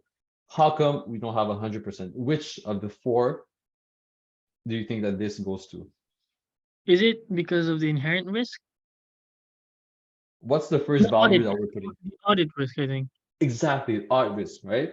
Yeah, So the audit yeah. risk will never be 0%. It could be 5% because there's a 5% chance that we make an error when we're going to be doing our assessment. Okay, the auditor is trying to test shipping system. What should he do? So let's start with what assertion are we doing here?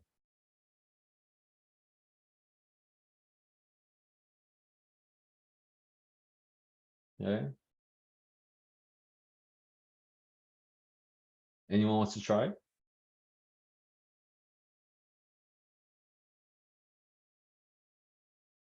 We can do a walkthrough. Yes. And which assertion is that? Serena? Right? Always remember before doing audit procedure, what are we testing? Completeness. Okay, completeness. Because how come it's completeness? So we can see if all the transactions are recorded by the system. And where are we starting from? The books are supporting documents. Supporting documents. Okay, good. So if we're testing completeness, like we said, then we're going from the supporting documents to the books. Maria, we want to add something? That's exactly what I was gonna say. So Okay, there you go. That's a template that you have to use for the midterm. So 1, completeness, supporting documents to the book. And Serena, which audit procedures do you want to be doing?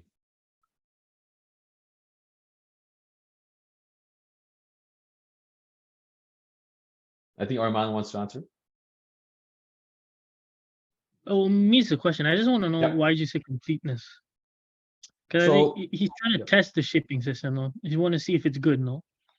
Exactly. We're going to be testing the shipping system. And in your head, you're like, from the past problems, you're like, okay, we're starting from the payroll system, and then you're going to maybe the system.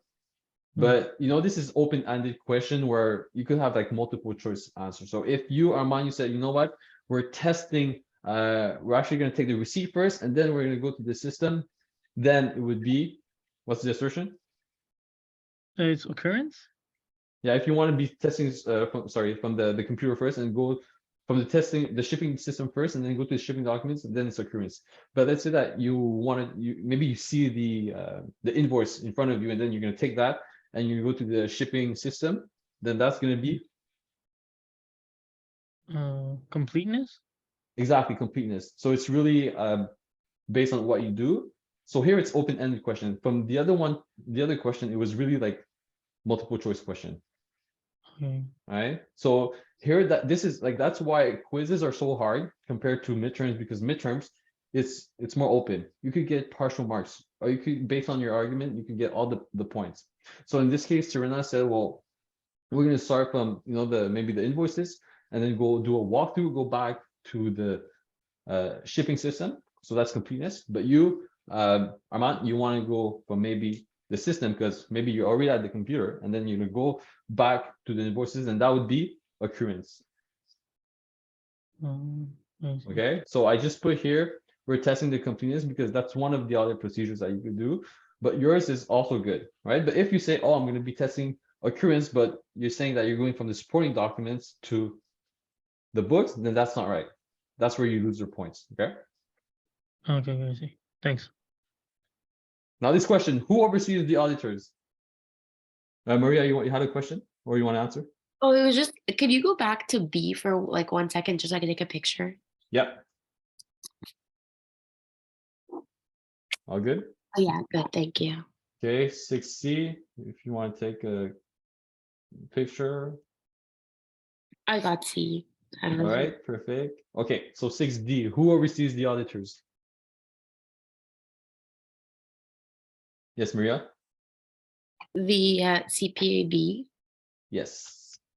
PPAB. So last midterm, they had this question, and like, I swear everyone was like, I don't know this answer, but okay, in case you do have it, here's the answer. Okay, company A is discovered to have high inherent risk. What should be the audit process?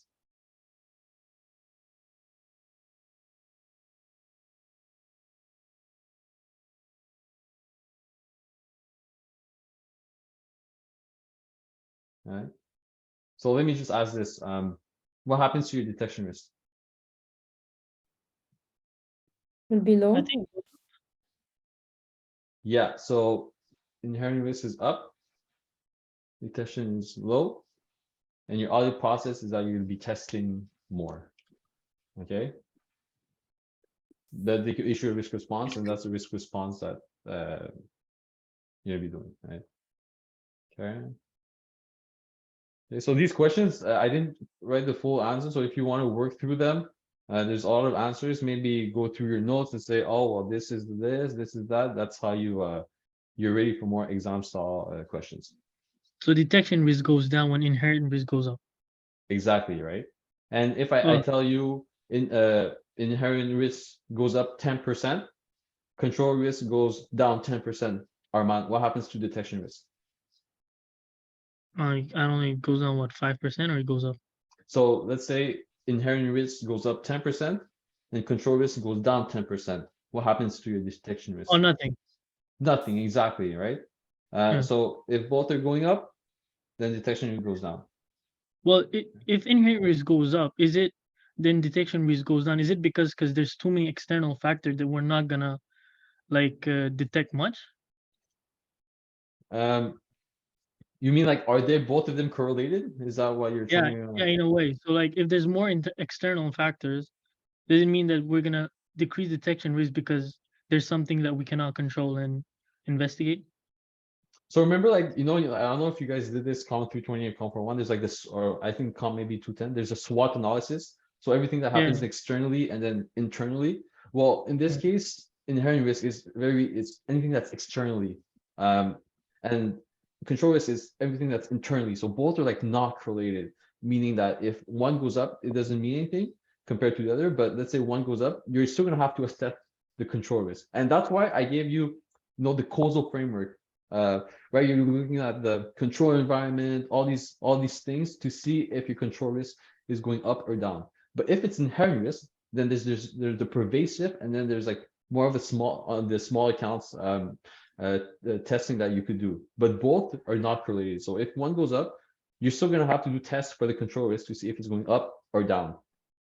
Okay, I see. Okay. All right, thanks. All right, perfect. I like that question. I like it. So next one, the auditor is meeting with his audit team to discuss about fraud. What stage are we in?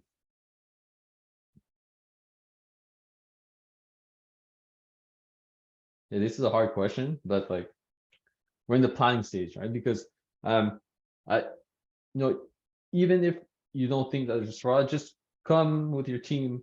There's one of the slides I had, but I passed real quick because I'm not sure if you're gonna be tested, but really fraud assessment happens on all stages, and first place that you're gonna be doing it is at the planning stage. Just talk with the team, work with their possibly be fraud, and that's maybe an area that you're gonna be looking at more. Okay. Okay, company A has a sudden increase of AR, but they have lower AFDA as a percentage of sales. Explain why and any audit procedures to be done.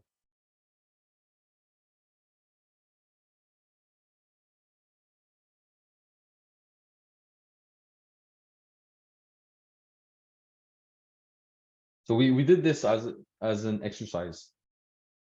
And this question is very similar. Do we start with the assertion? Do we start with the assertions? Yeah. So in the exam, they could be just putting this, right? And you're like, Yeah. Where do I start? Well, maybe start with what's your concern, what's your problem, then what's the assertion, and then what you would do. So let's start with what's your concern, Armand. Well, the concern is we're not correctly like evaluating the EFDA account. since the AR going up, so we're not like updating the AFDA, and we're not putting in AFDAs like past overdues that are not going to be collected. So that's one of the biggest concern. So AFDA is lower because we didn't put like overdue invoices that are in AR that we're not going to be collecting. And what do you think you could be testing? I'd be texting accuracy. Yes, accuracy. And which would you do as an audit procedure? Recalculation. Yeah, okay, very good. Okay, so I wrote this, but your answer was very good, Armand. So if you guys just maybe want to take a picture. But this is open-ended question. So when I had this question, this is what I did. One explanation is that company, you know, they might be dealing with new clients. That's why your AR goes up, but then you have maybe lower AFDA.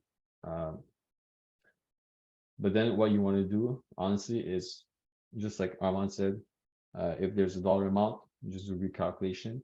And then you could also do inquiry and external confirmation. Inquiry with the customer you're auditing, and then externally confirmation with the supplier or whatever. Yeah. Okay, so you work for Best Western Hotel and an upcoming festival event during the summer. How can we approximate the number of bookings? Which procedure do you think? Actually, which assertion are we testing here? David, you still there? Patrick? I think they went for a little break. Oh, there we go. Yeah. So what do you think in this case we're testing, and what audit procedure you think we could do?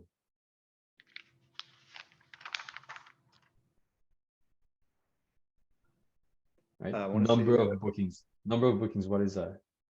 Occurrence, maybe. Number or accuracy. Are we testing a number here? No. Are we looking for a number, maybe? Yeah, we're looking for the number of bookings. Yes, so that's accuracy. And what kind of procedures can you do?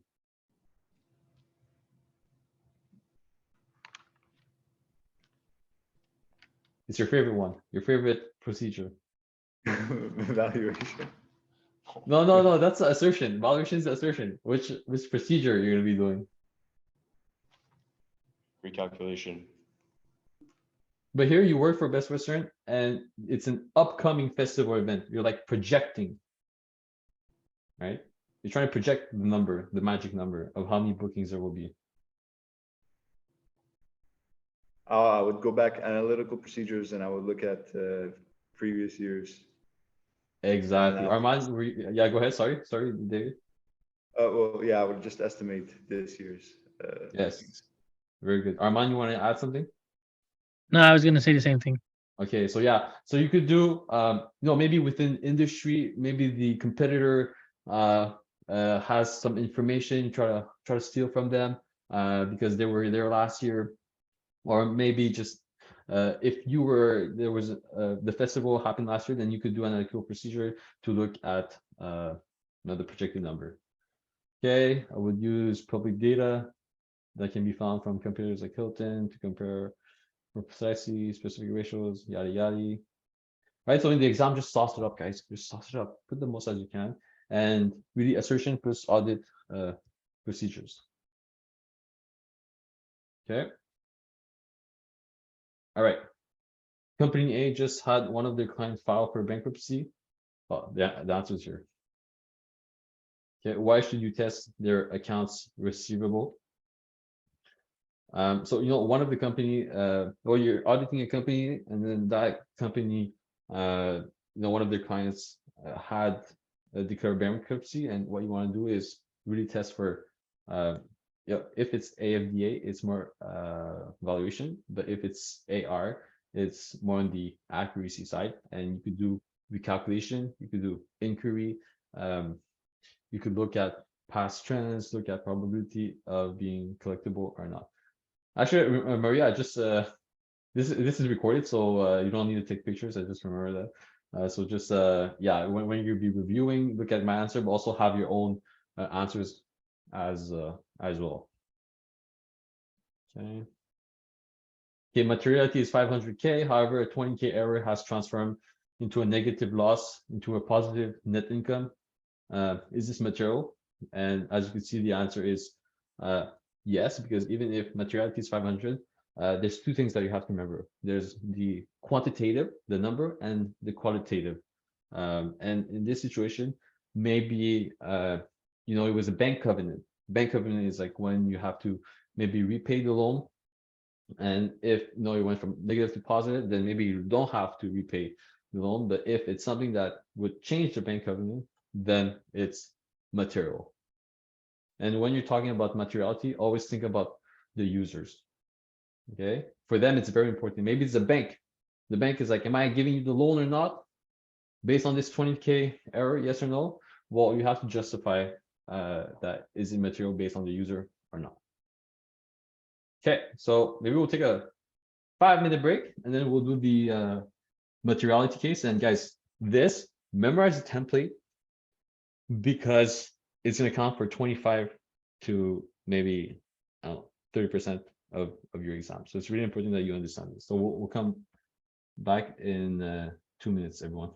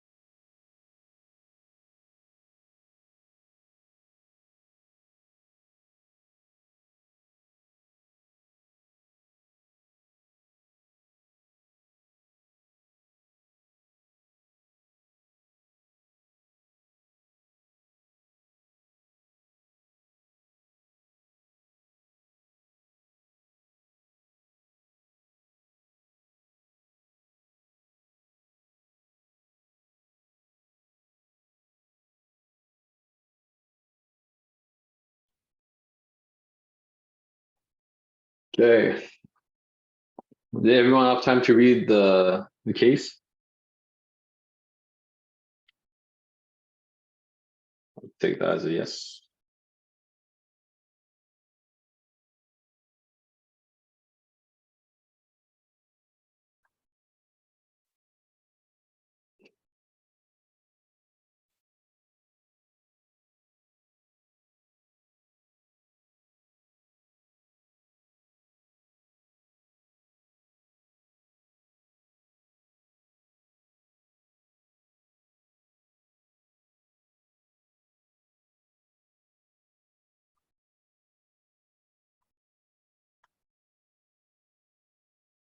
Okay.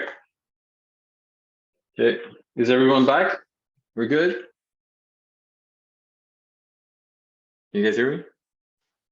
Yes, yeah. Yes, perfect. Okay, so for this question, this is like the template I want you guys to have, right? So number one, select the appropriate benchmark. Okay, that's the first thing that we're going to be doing. Who are the users? What do they care about?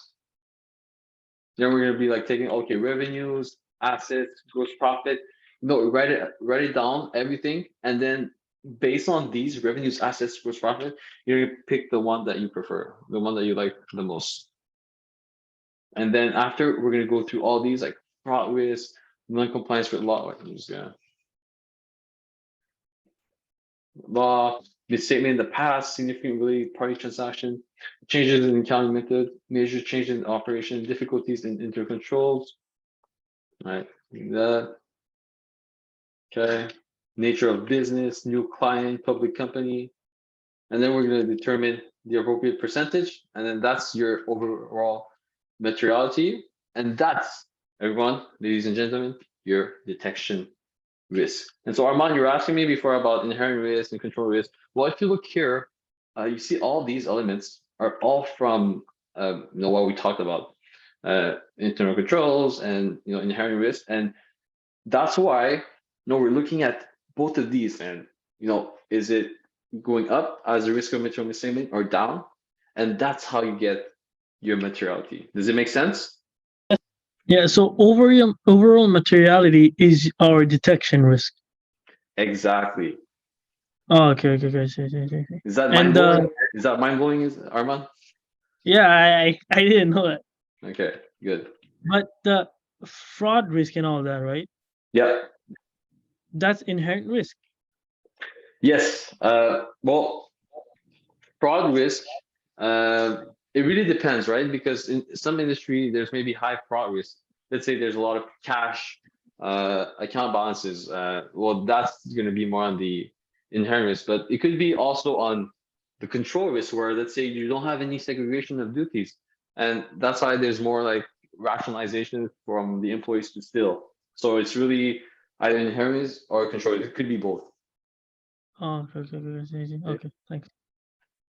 Okay, so let's start. I want you guys to help me with this problem. So just tell me, who are the users? Who are the users? Patrick? Or yeah, go ahead. The shareholders. Exactly, shareholder. Shareholders. And is it a big, small company? Are we Apple or are we Kokobun from Concordia? Patrick? It's yeah, it's big. Exactly, of a public company. Okay, and is there any other indication that this is a big company? It's traded on stock exchanges. Exactly, so public company is traded. Okay. Trades on the stock exchanges. Right, so remember that materiality, the first thing that we're thinking of is the users. And within this company, what do you think the users, the investors, the shareholders, they care about?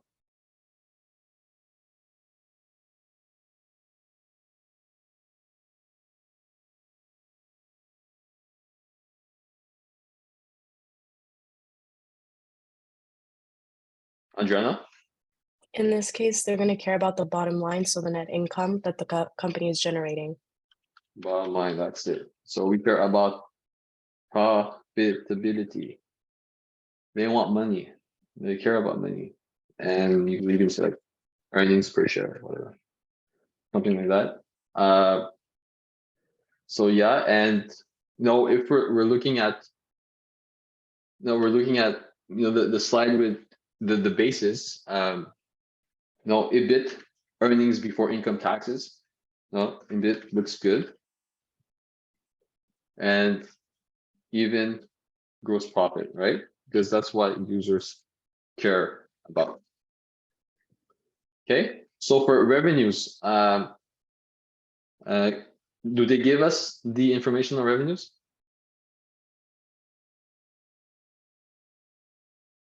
From past year and from this year? Yeah. And what's the number? I think it says last year was 642 million and 617 million for current. Is that revenue or is that gross profit? Oh, that's close for now.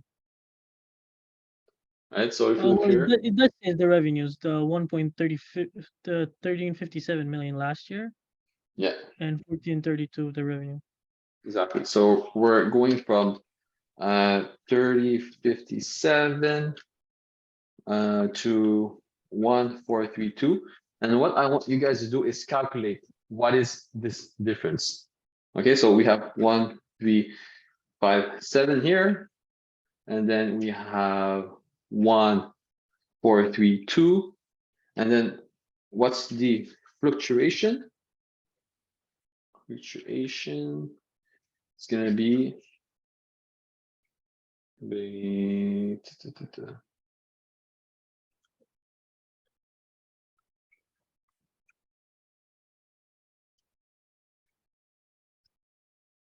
right, 5%. Okay, 5.5%. So revenues, wait, actually it's 1357. Isn't it positive? Because it grew. Yeah, it should be positive. Let me try this. Yeah, I think I just put the wrong.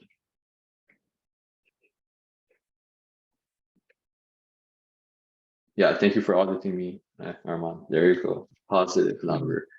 So it looks like, actually, I want you to comment on this. How does it look like?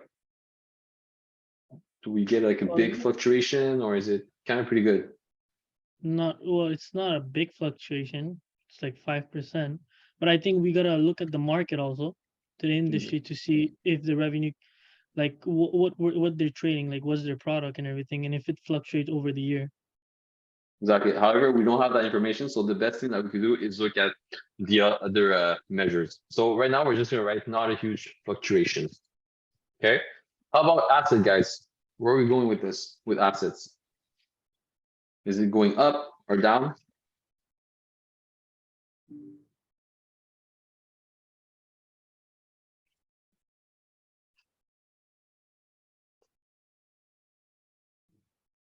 Does this talk about assets, guys? Everyone, guys and girls? Well, there's cash. How about if we're looking at the assets, right? This gold mining company, let's look at all the assets, right? Like the machinery, right? That's more material. What happened to assets in this case?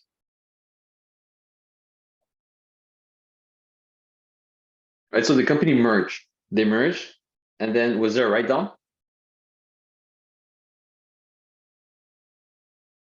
Yep. Yeah, and what was the impact of that write down? Sorry, what was the impact of that merger?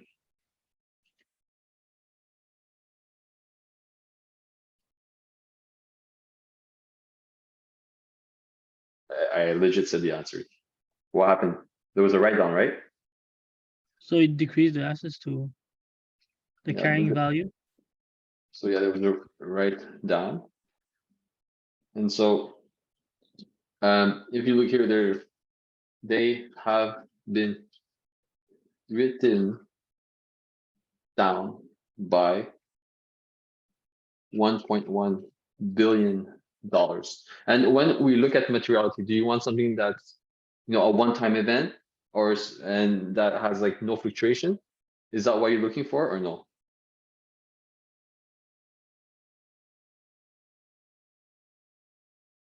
So if we look at materiality, there's two things that I want you guys to remember. It's not much fluctuation, and that's not negative. In this case, would this be a good base?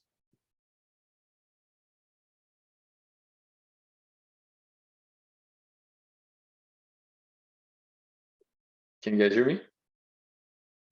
I'm not understanding what you're saying. Okay. So when we look at materiality, we're looking at the bases. We want to make sure that we're taking a base that is not fluctuating a lot from year to year, and we want to take a base that's not negative. And so in this case, our assets, we have a one-time write-down of $1.1 billion. Is this a good base to use as materiality? I don't think so. Patrick? I would say no, because first of all, there's a huge fluctuation because of the write down, and second, it's negative. No. Exactly, huge fluctuation and write down. So this is no bueno, okay? No bueno, okay? Not good. Not good. So we're not going to be taking it. Not good. How about gross profit, guys? Is it looking good? Looking bad?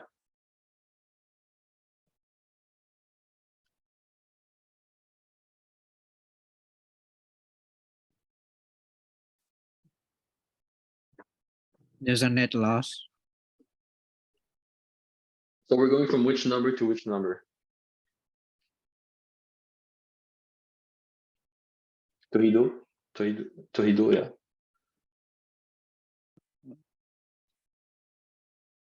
So if we look here, corresponding gross profit figures are 642 for last year and 678 million for the current year. Is that going up or down? Oh, I saw the, no, my mistake. I saw the last sentence in yellow, net loss before taxes. Okay. So is this gross profit right here? Torrido? Is this, should I take this for gross profit? And here, yes, you can take it, but it's a current year minus last year, no? So you can see how much you made throughout the year. Yeah, exactly. So we went from 642 to 678. Okay, and if we look at how much is this, 678. Okay, so let's look at the fluctuation.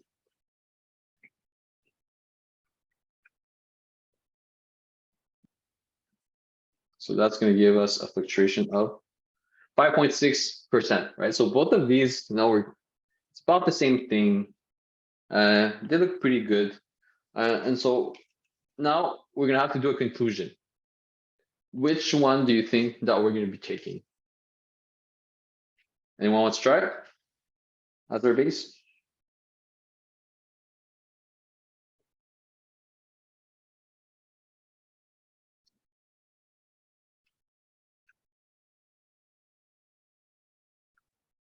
Do we take the asset? Even though So, it's bad.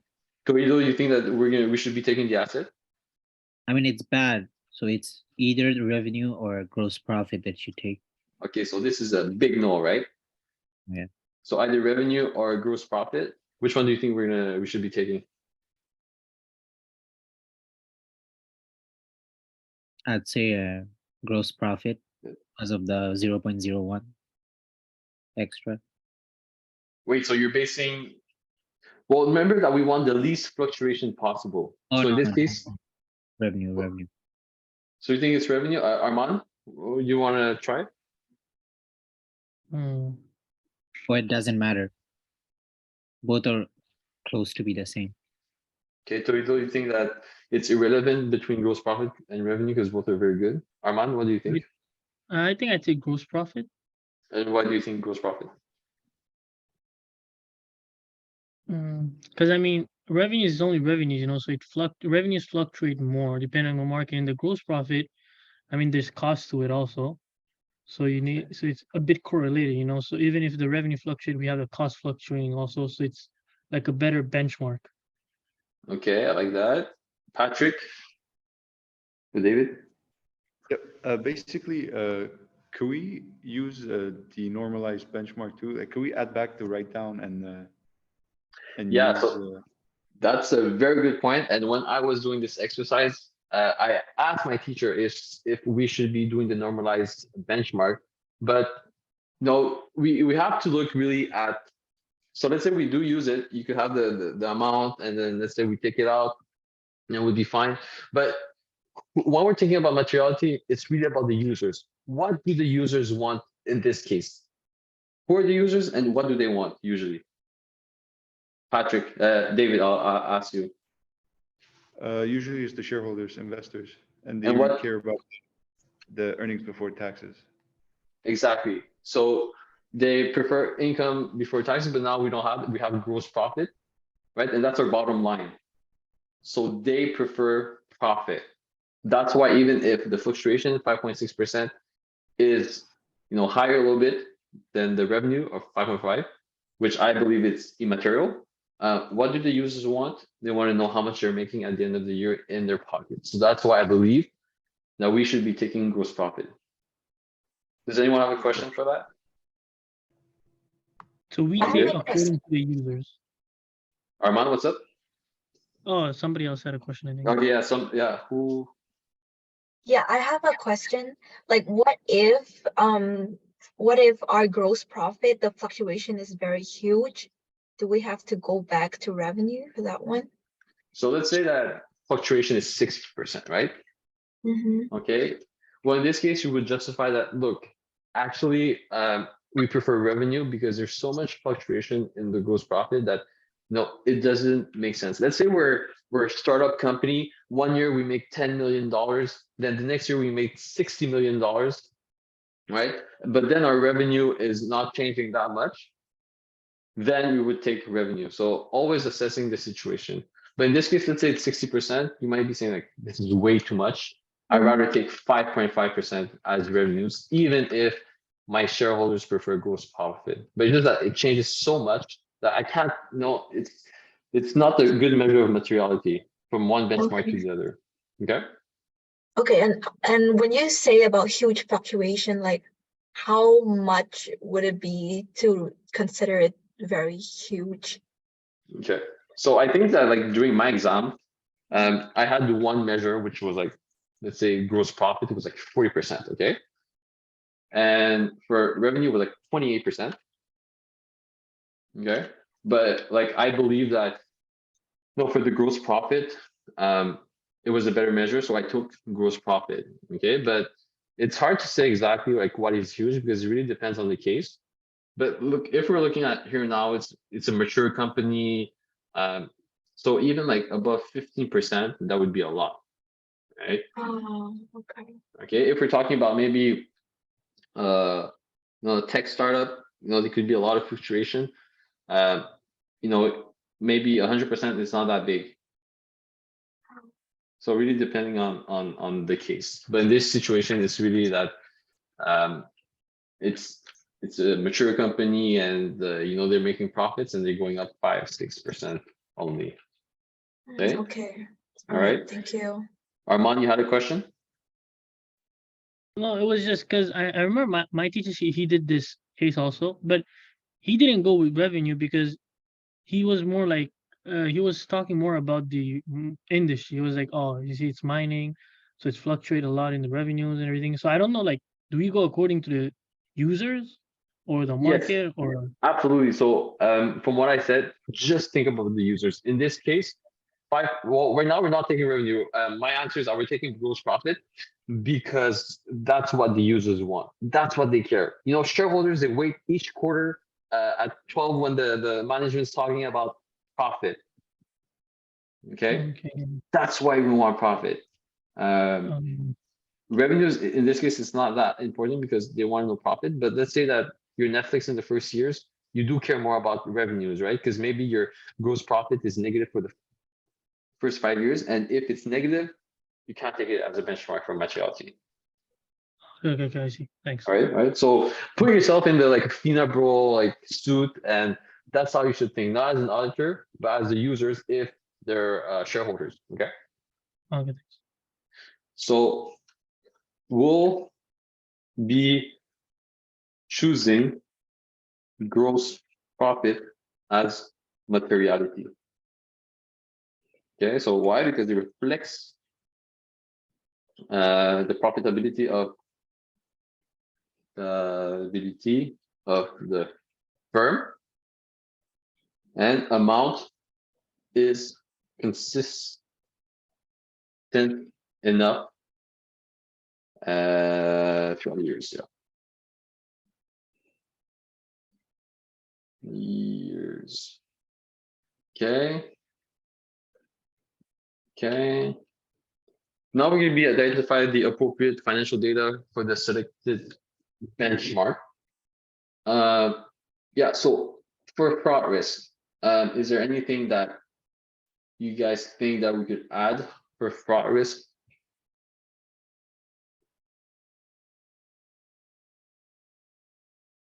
Okay, I'll give you a little Yeah, okay, Patrick, David. I was thinking maybe like employees, like it's easy to steal gold. Exactly. So that would be nature of the company.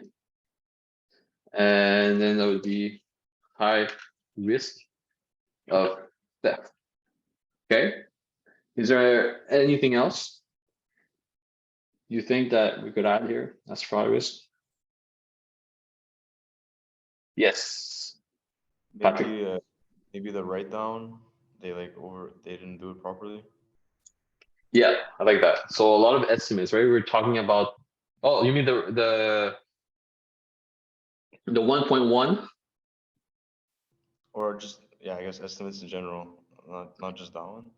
Yeah, so I would say yes and no, but yes, because like we're reassessing all the assets, and when you have assets, you might have a lot of estimates or numbers that you're doing it. So I would say that it's more of a judgment.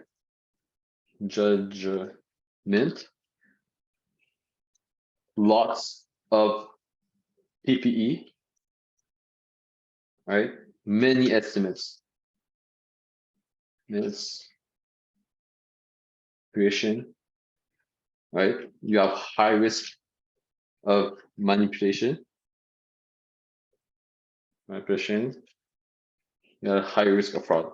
But Patrick, a lot of times when there's these types of events, it's like a BVOP company that comes in and they're like specialized in transactions, and they would like do a fair market value of the company. So no, it's not always like reflective of like what's the value, but in this case, just saying that there's a lot of estimates that could occur in fraud risk, right? Management fraud. Okay, all good. Now, is there any non-compliance with laws? Or it could be the opposite, right? Is there anything?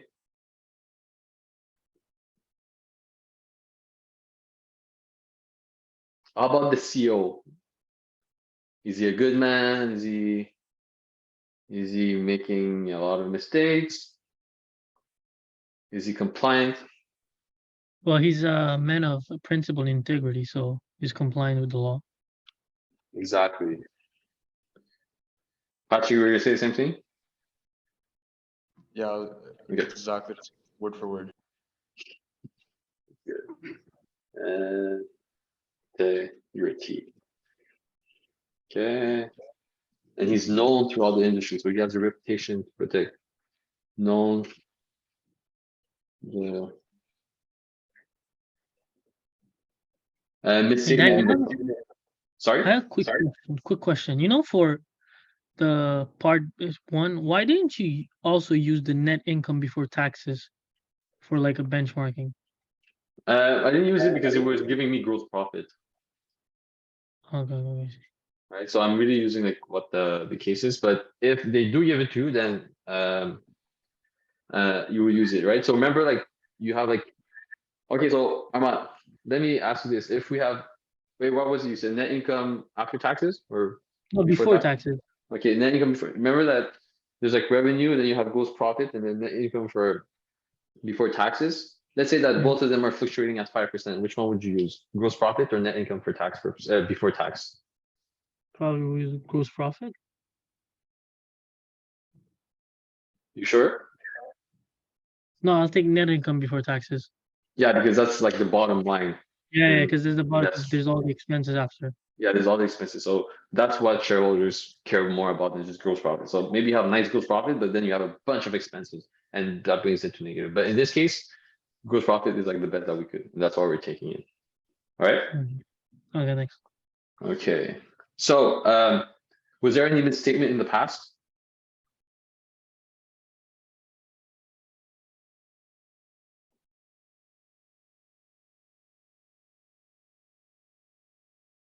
Anyone? Yes, Adriana? It says that there were very few misstatements uncovered in any of the past audits, so. Yes, very few misstatements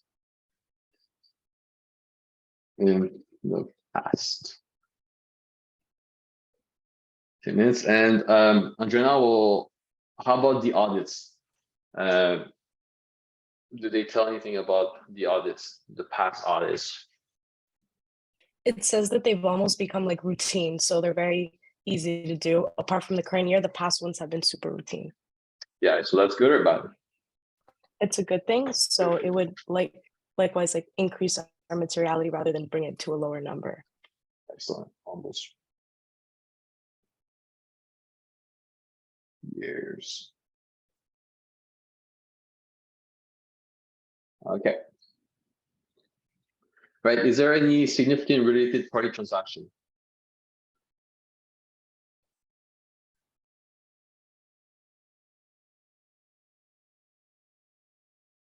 Is there a big party transaction? Well, they merge, no? Yeah, exactly. Merger. Merger. So there was a consolidation. Required. Higher. Right, and higher risk of misstatements due to complexity of the transaction. Right, so Patrick said, oh, well, there's a merger, there's a write down, yada, yada. So that's giving us some problems, right? Okay, transactions. Transaction. You want to say something, Armand? No, it's good. Or you were laughing, that's it. Oh. No, it's good. Okay, so change in accounting method is pretty much, there's no changes in accounting method. Can someone give me an example of change in accounting method?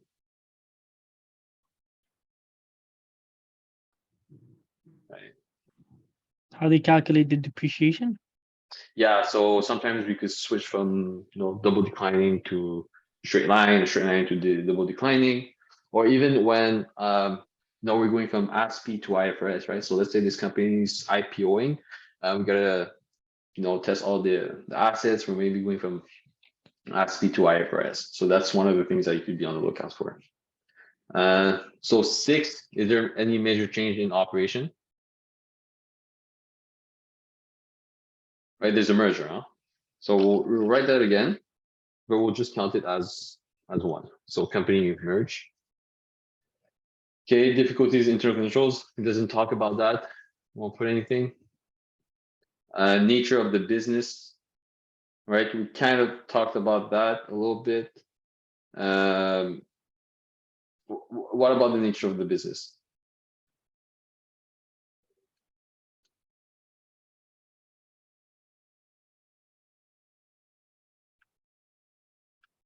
Anyone? They're a mining company, gold mining company.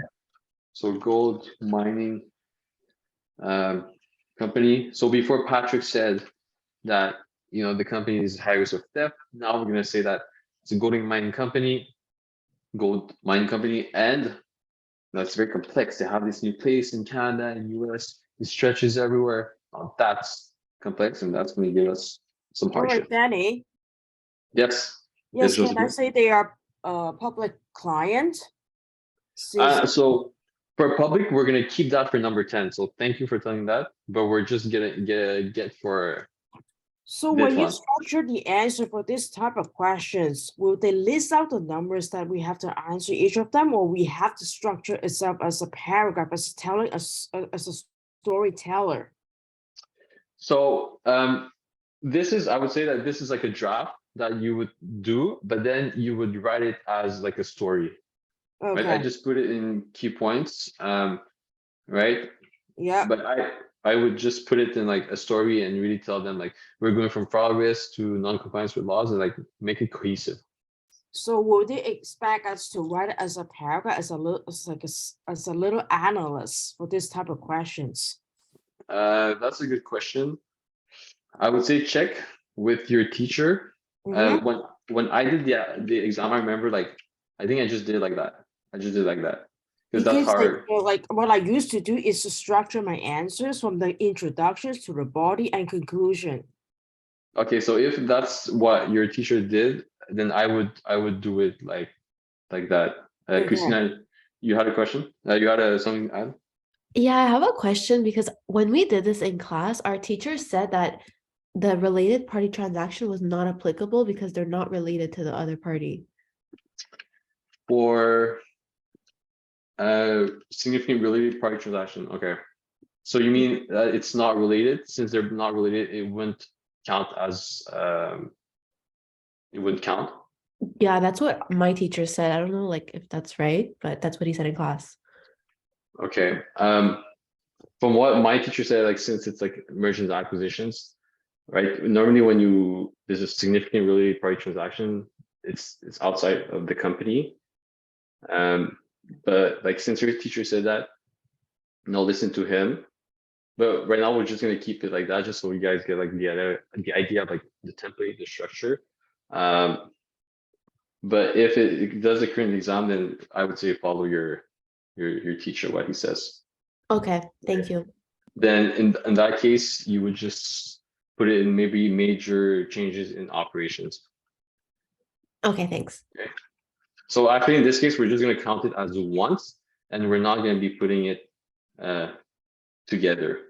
Also, Christina, maybe I'll ask you this. So Josefina said that you guys are more doing like a text. Is that how your teacher does? Are you guys having the same teacher? I have a Ted Nohawk. I don't know if that's who you have.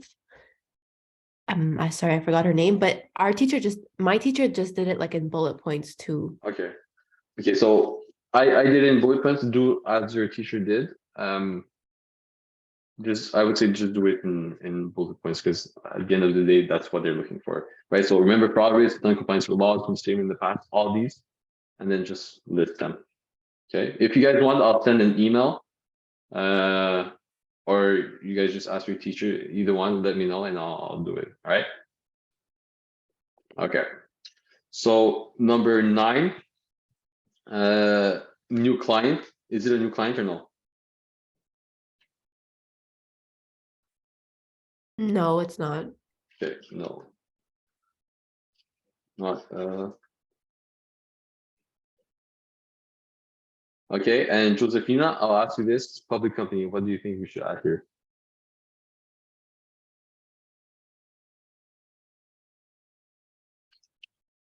I think she's gone, but I'll do Yeah, it. I would say public clients is there a large company where they have spread it in all over Canada and US as well and have shares. Exactly. So I would believe it's a public client for sure. So yes, many investors. And so there's many parties involved. Okay. So we got all of these. So now we're going to be calculating, red, the numbers of factors. Numbers of factors that suggest a lower materiality. So we have 5. Okay. And then for the green, number of factors that suggests a higher materiality.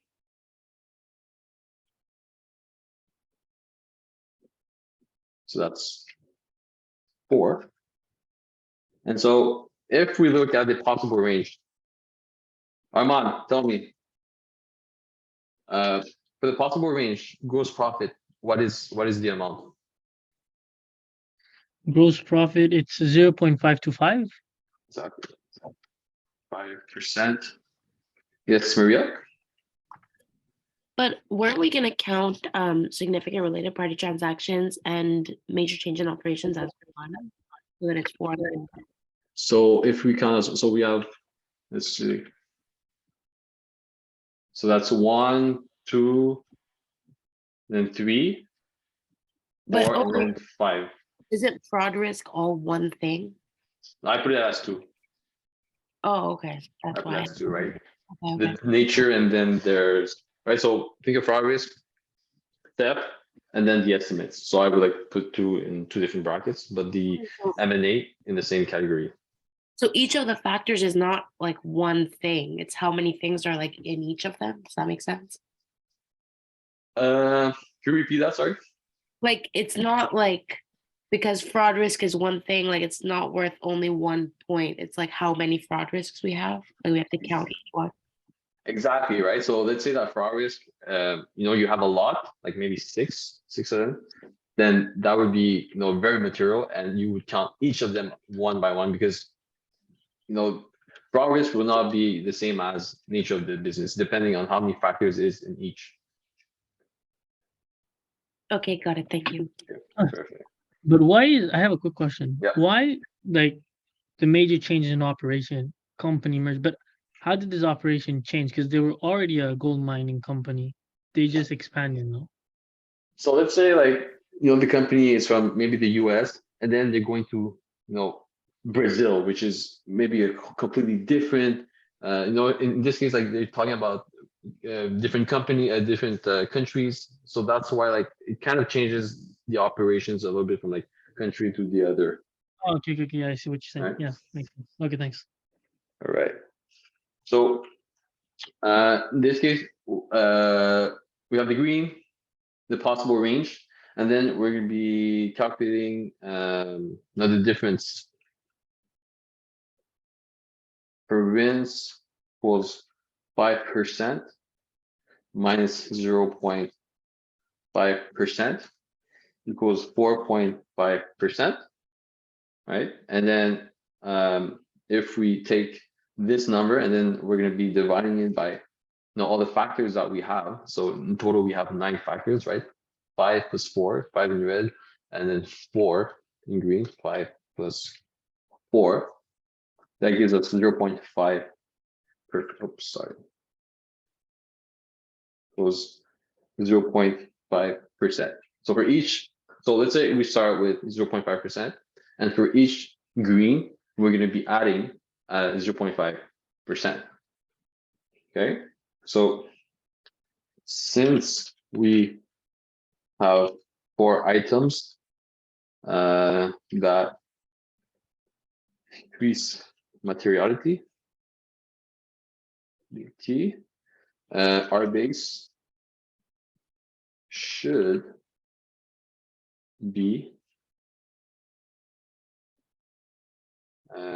0.5 times 4 plus the 0.5 at the beginning equals 2.5 plus 5%. And then for our overall materiality, we're going to have 2.5% times 678 million. So how much is that? Everyone, could I get an accountant? Calculate this for me. 16.95. Right. So 16.5 million of dollars. So right, guys, that's your materiality, detection risk. We did all this. We looked at the inherent risk of the company. We looked at the control risk, and then we've assessed that our detection risk is 16.95 million. So let's say we have an invoice of 10 million. Armand, are we going to be looking at this invoice or not? Pardon me? If there's an error of $10 million, are we going to be checking it? I guess it's big. 10 million, but here our materiality is 16.95. 16.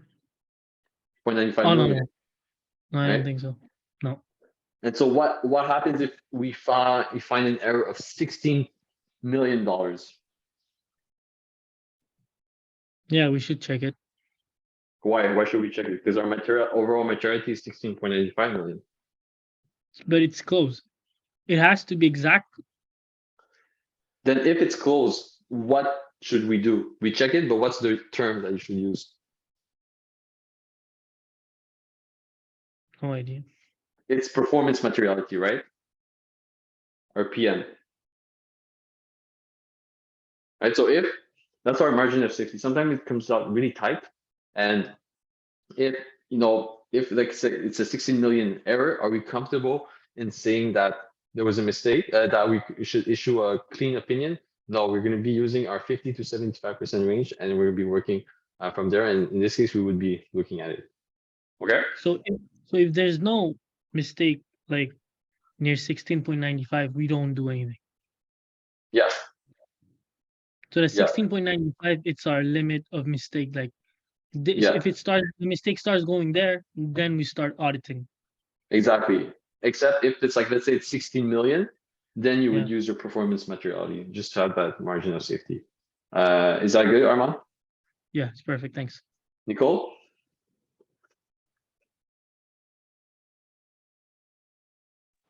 Yes, sorry, I had a question. So I don't understand where the 5 and 0.5 comes from. So the possible range, those numbers come from where?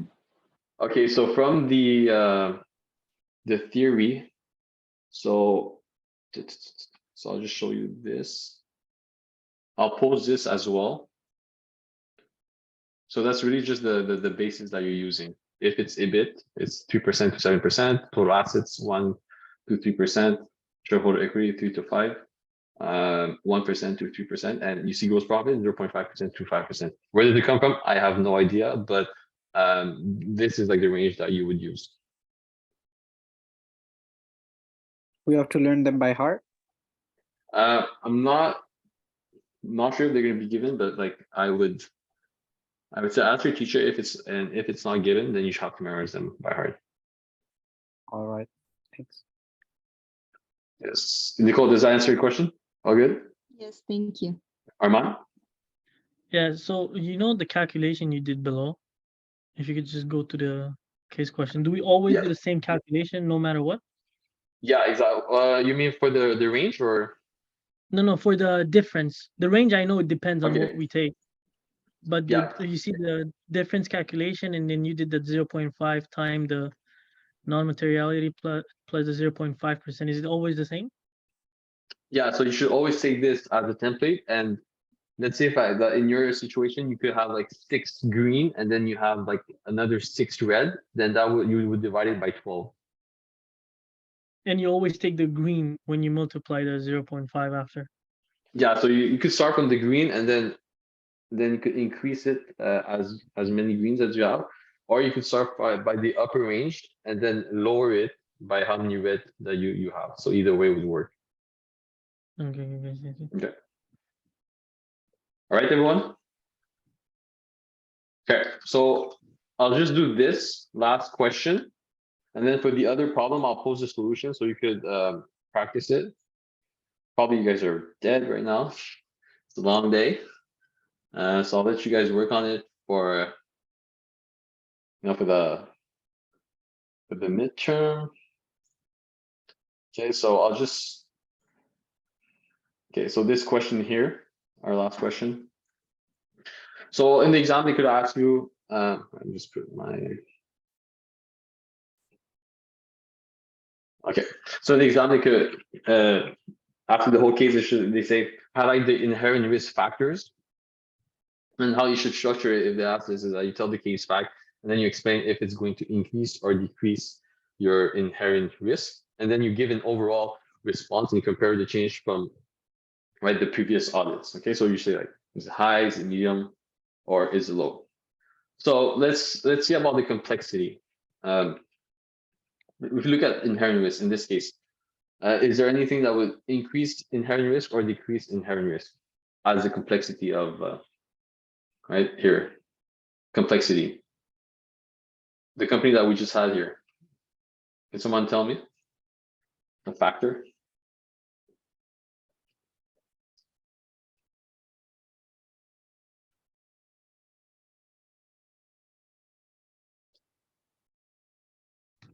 The business model? Yeah, so what about the business model? Well, no, I can see in the chart it says it has complex alliances. So since they merged with the US company, maybe the other company has, different way of operating and it might affect them.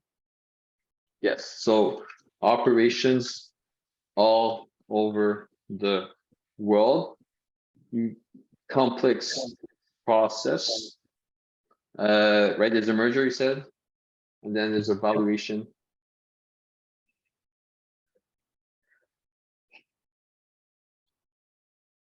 Right off. And so what would happen to your audit risk, your inherent risk? I'll answer this, Armand. I think it will go up. Yes, sir. Yeah, so inherent risk increases. Oh shit. Inherent risk increases. What about subjectivity? Someone wants to try it?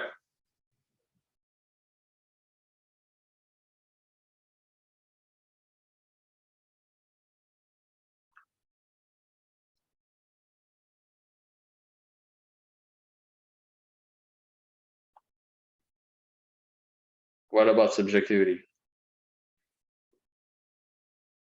What's subjective if we look back? Look back here. Is there anything that's subjective?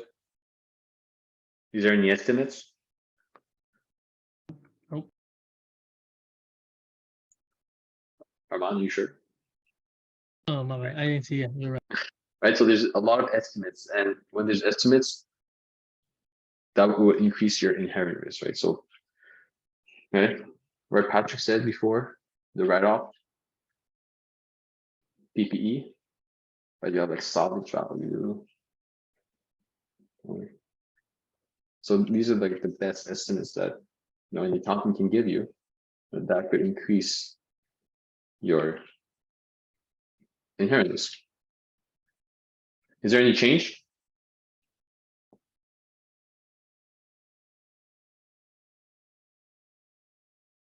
Is there a change in the business? Yeah, well, they measure in US, like you said. Since they merge in US, different business.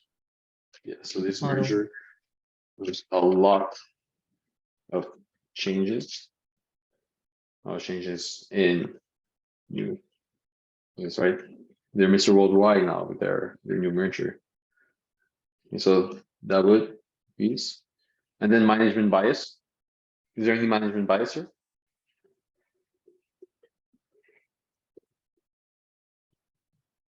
What about the CEO? What did it tell us? No management bias. He's a good CEO. Exactly. We love him. Is a man of principle. So that would, what happened to your inherent risk? Up or down? Down. There we go. Okay, I think you're ready for the exam, Armand. Yeah, I hope so, man. Decreases. Okay, so now at the end we have to say like the overall answer. So overall, what is the inherent risk here? It increased because 3 out of 4 is going up. Exactly. So conclusion.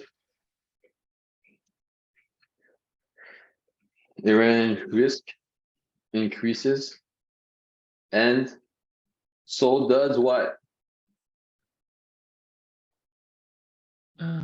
Control risk. Audit risk. Guys. So remember, okay, so we'll start with, I think it was Christina, you said your control risk. Armand asked me before, are both of them correlated? And they're not correlated because it's like there's one that's externally, the other one's like internally. But now we're just asking about the inherent risk. Okay. And Armand, remember for the audit risk, what is it? It's the independent value that you come in as the auditor and you say like, I'm going to give 5% assurance or 10% assurance.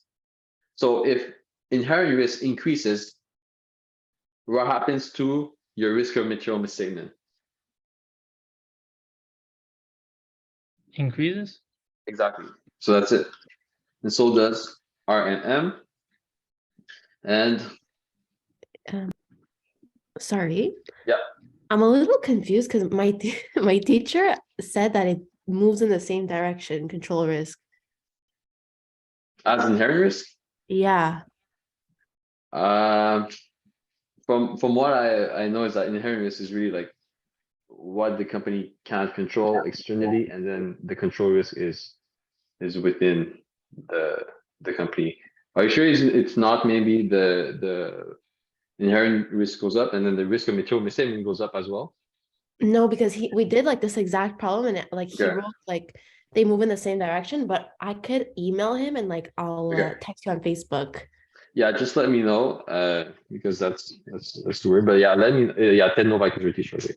Yeah, send him an email and just let me know, and then I'll make a post to Facebook, to the group, if there's any changes. Okay, sounds good. Okay, thank you so much. Right, so inherent risk increases, so there's RM, and that will make your inherent risk increases. So it's probably like moderate or it's even high. So we'll put that. So is moderate / high. Okay. So in this case, there's a lot of answers, but just justify, that's the best that you could do. Is there any, we're pretty much done. Does anyone have any last questions? Nope. Okay, well, thank you very much. If there's any one-on-one question, I'll stay here for like 5 minutes. So thank you everyone for coming, and I'll be uploading the recordings like by tomorrow. All right. Thanks, Dan. All right, man. Really appreciate Thank you. Have a good night. Huh? Thank you, you too. Thank you. Thank you, Dan. Thank you, Patrick and David.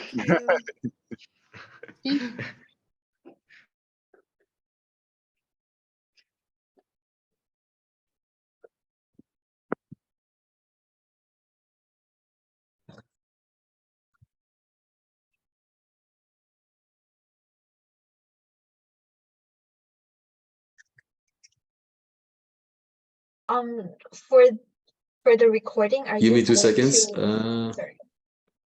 Okay, can you hear me? Yes. Yeah, go So for ahead. the recording, are you going to post it tomorrow? I'll try to do it for today, but like if it's too long, then it'll be posted for tomorrow. Like I'm gonna try to like right now to All upload right, it. all right. All right, thank you so much.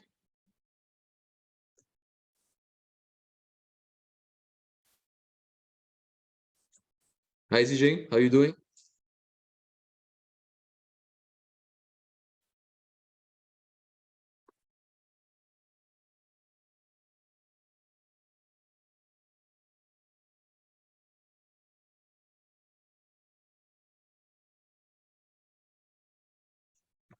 Okay. All right. Thank you, everyone. Have a good night.